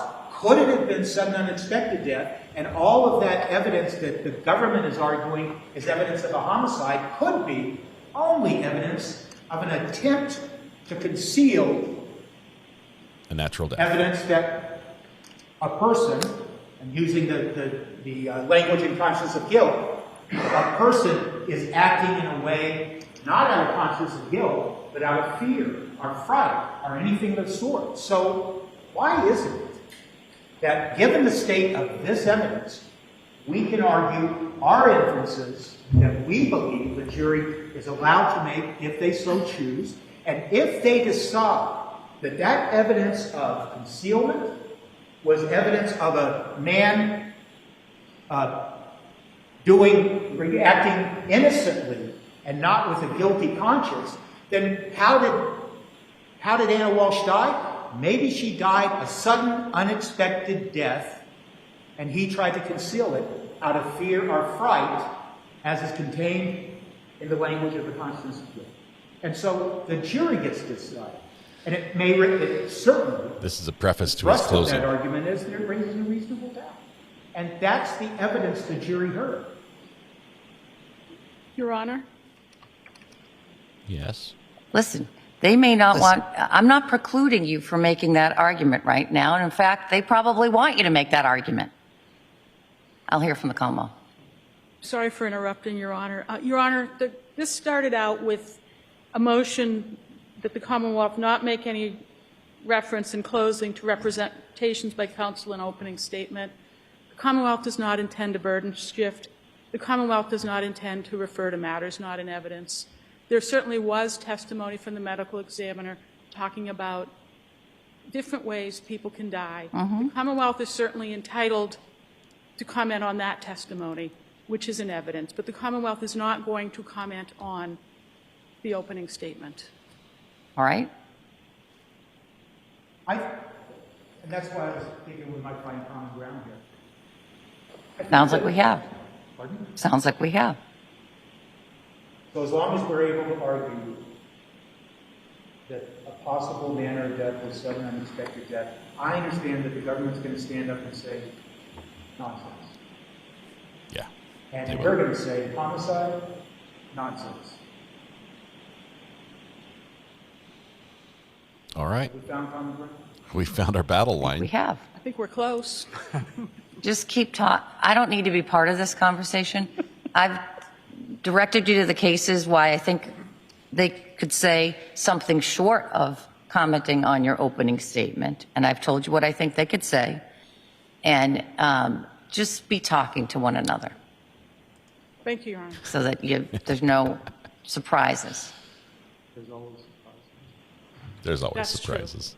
He says there's always surprises. All right. And again, I did not mean to create a whirlwind of activity by my comments. I just think that the idea that they couldn't comment at all about the state of the evidence, I didn't want to leave it there. And maybe the takeaway is I should stop thinking about these things 3 or 4 days before they're going to happen. All right. Does that do it for us, You have the Judge? cases now. All right. Anything else? Take a look at the verdict slip. It looks very straightforward to me. I don't think that there's going to be any edits or changes to it. So Judge Again, I'll Cannoni finalize special. that at the very end, so you'll have plenty of time between now and then to look at it. How long are the parties thinking they're going to need for closing arguments? An hour each. No more than 45 minutes. All right. That sounds good, Your Honor. So 45 it is. I won't cut you off in a case like this, of course. I have cut off in other cases when it's a 2-day case and we're on 45, 47, but that isn't this case. And, but just, I know you'll all have a ton of experience, but 45 minutes is about as much as they can take effectively, in my view. So let's try to keep it to that. And stay by the microphone. Well, we will be getting them fresh in the morning, which is good. As opposed to having, a couple hours of evidence in the bank and they're already tired. That's all I have on my agenda. Anything that you need? Your Honor, would the parties have an opportunity to see the next draft of the court's instructions? Yes. So I will be going back and editing as consistent with what we discussed, and I will then create a new draft, and that will go out to you this afternoon. Thank you. And if I know that maybe there's some other language you want, I'll consider putting that in the morning. So maybe 8:45 tomorrow, so that when the jury comes in, we don't have a big delay if we need to make any changes. And I think that's it. All right. Thank you. One other thing that I want to say is please. that you can be seated. Sit down. It might be a little while. I very much appreciate the work that you've done in the case to get the case in and tried efficiently on both sides. You picked what you needed to pick as your positions, and I appreciate the professionalism that you've shown on both sides in working with each other. And as I say, I drop into Norfolk County every once in a while as I drop into other counties. You and I, counsel, and I know that this is pretty much the routine of how the courts in the Commonwealth of Massachusetts operate day to day. There's nothing unusual about this case. The level at which you perform is the level at which I see when I travel county to county. And I appreciate the work that you've done on this case and will continue to do on this case. Thank you. She just mentioned the Karen Reed case in everything but name. Everything but name. All right. With that, she says, the great work you've seen here with me and you, that is what happens every day, everywhere I go, always around the great Commonwealth of Massachusetts. Don't pay no attention to the Cannoni conundrum. All right. Laura, this is great. Tell us your thoughts now on if the state proved first degree. Laura, I think what will help me a ton to get there and maybe solidly take me there is the timeline. We've had a lot of evidence, and some of the evidence jumped around. It wasn't chronological all the way through this trial. And so getting it all straight in my head has been a little bit of a problem for me. But the timeline of those breadcrumbs can fill in the gap for me for murder one, for premeditation. Things that might be important. When did he talk to his probation officer and schedule the time that he was going to take his mom back when she wasn't there? when he did that, did he know she wasn't going to be there? That, to me, that is a huge red flag. That's premeditation. Looking at the details the judge brought up here about the knife and when they searched for it and when he was, she's looking at some of the evidence, like he went out and bought foot coverings for the to clean up along with the Tyvek suit, like I did as well. I've got a whole bag of foot coverings, so we bought those, and yet we have bloody slippers, right? You would think that we wouldn't have bloody slippers if he used foot coverings, if she died of sudden unexplained death and there was, nothing else. Why would there be blood on his feet if he's wearing the foot coverings? He wouldn't have bought them unless he wanted to use them. He wouldn't have bought them and not used them after he used everything else, right? So this helps build it quite a bit. I appreciate the judge spelling that out for us. And I hope that the prosecution uses the timeline effectively in their closing, the 45 minutes they get to lay it out for the jury to say, look, this is the part that shows you premeditation. Instead of just focusing on, look at all the terrible things he bought at Lowe's and Home Depot. That's bad, but we're not there to decide whether or not he chopped up her body and threw it away and lied to the police. We're here to decide if it was premeditated murder. So I think he needs to focus on that. That would get me there, and I think I may be shifting right now, just with that in my mind right now. I also have to say we got a preview of Attorney Lipton's. Is it Lipton? Tipton, sorry. Lipton's the T. Tipton's the attorney. Closing. He basically sort of gave us an overview, a Cliff Notes version. They're going to come in. He wants very much to be able to argue sudden unexplained death. And he wants to be able to say, look, there's no evidence of murder. All this other stuff that they say is evidence of murder, that's just evidence of him cutting up the body and throwing it away. Because he was scared. He was scared of what? He was scared of the state finding out that she was gone and the kids going to custody in the state. It's a weird fear, but at least it gives him something he can argue. So I think we're going to hear that. We're going to hear that this was all about him just panicking. Oh no, I'm confused. She's dead. What do I do? Quick, hide the evidence. Hide any sign that she's dead. You don't want to say hide the evidence. It's not, I don't think it'll sell, because it's not one of those stories that just rings true. It doesn't make logical jumps from step to step. Like you get, if you're playing Chutes and Ladders, if you remember that game as a child, it's a little game where you're trying to get to the top, right? And sometimes you can go up ladders, and sometimes you can go down chutes. There are some massive jumps that the attorney has to make this jury take to get to where he wants them to be. And there's no ladder there. There's no ladder. It's just assume that there was a ladder, and now moving on. I don't think it'll be easy for him, but it will give him something to argue, and I think it will be fun to see the two sides arguing. The same evidence proves something different. Like defense is going to say all that evidence shows that he got rid of the body, and I think they're going to give that up. They're going to full on just admit it and own it. Right? Yep. And the state is going to say there's more to that. This was careful planning. This was pre-planned. This was premeditated. This is him, acting out the plan. And then, as it got messy, he Googled for help. So, gonna be great that way. Look at that. It is 12:15. We might get a regular lunch. We might get a regular lunchtime. A couple of you asked about the upcoming case that's happening out of Utah right now with Tyler Robinson.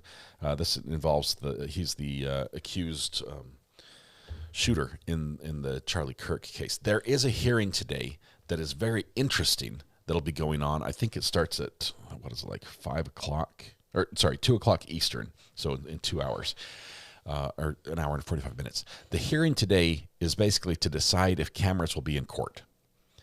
It is all about the huge media coverage. The state, the prosecution is asking for cameras to be kicked out. Obviously, that is not my position. I would like cameras to be there.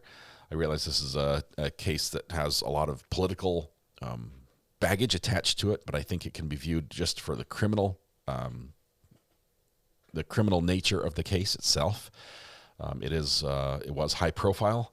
It's something I definitely want to look at, and I think we will watch and stick around for that this afternoon at 2 o'clock. So we'll come back for that one and see what is happening, specifically when it comes to courts and the openness of courts, the transparency of courts when there is a public interest, which I think there is a public interest in every case.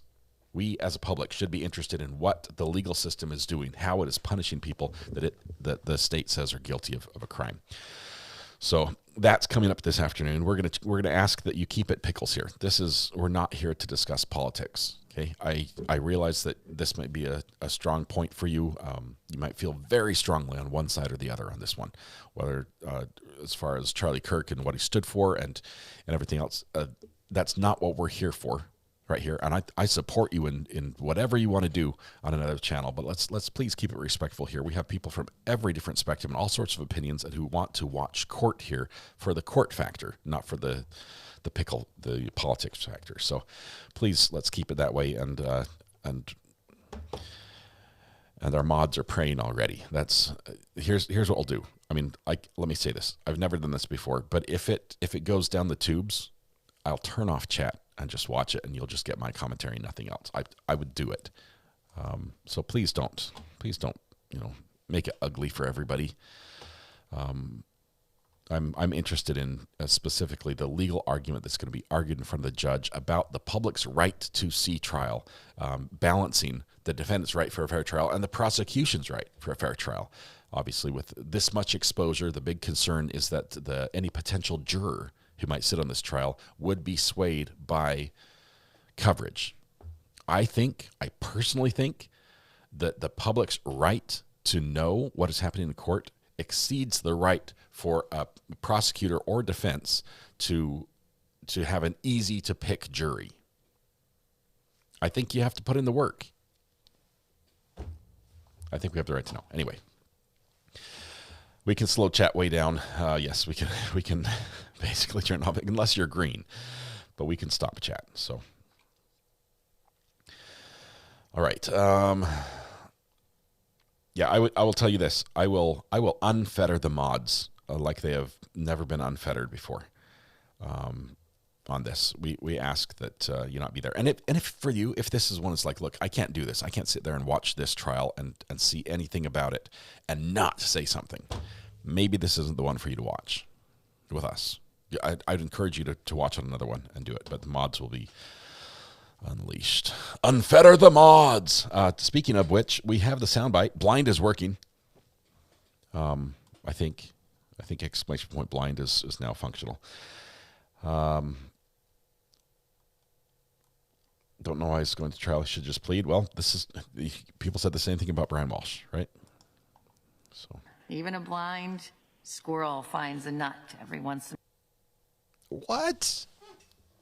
Are we going to address subject matter? It cuts it off. That's the first time I heard it. Okay. Unfettered leads to unfettered greeners. Have them send someone with more experience. It is a court case, JT, and I think it's one of interest, national interest. So, is it Luigi Manglione? No, we haven't followed that one. That's in federal court, right? And that cameras are not allowed in that one that I'm aware. I wish the federal courts would change their rules. I wish we did get in there because, oh my goodness, are there federal cases we want to follow? Yes, there are. But this basically today, it's all about media access to trial. It's about the exposure, the unprecedented coverage it's received, and the ability to. It will be streamed, yes. At least it's scheduled to be streamed. All right. The feds brought multiple states to try first. You just use your words. Just use your words. I'll try to fix blind on lunch, but other than that, don't know what else to do. All right. We'll be back. We'll be back in a little over an hour, I think. That hearing is supposed to start at 2 o'clock. It might be short. It's 12 p.m. Mountain, 2 p.m. Eastern, before Judge Tony Graff. So we're hoping that works properly.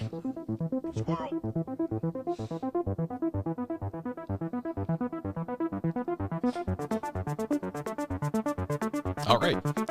It's been a great morning, a surprising morning, as the defense didn't wave the white flag, but declines taking up the opportunity to present any defense in the Brian Walshe trial. So we are basically ready for closing arguments, which will start tomorrow morning. 45 minutes for each side. But until then, we'll have some court hopping. We will have, I don't have a portal set up.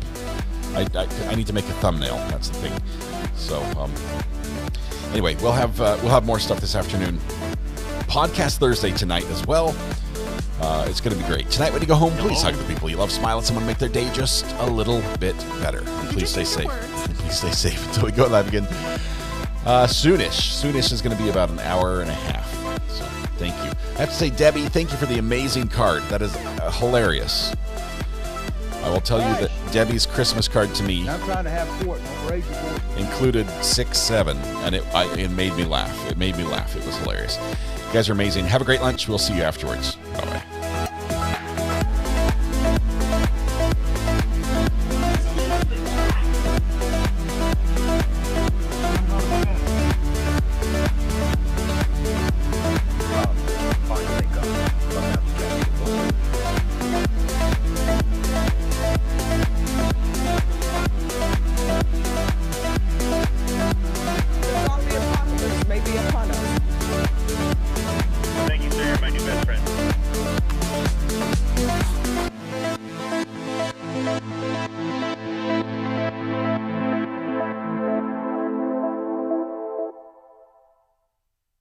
Completely missed the exit.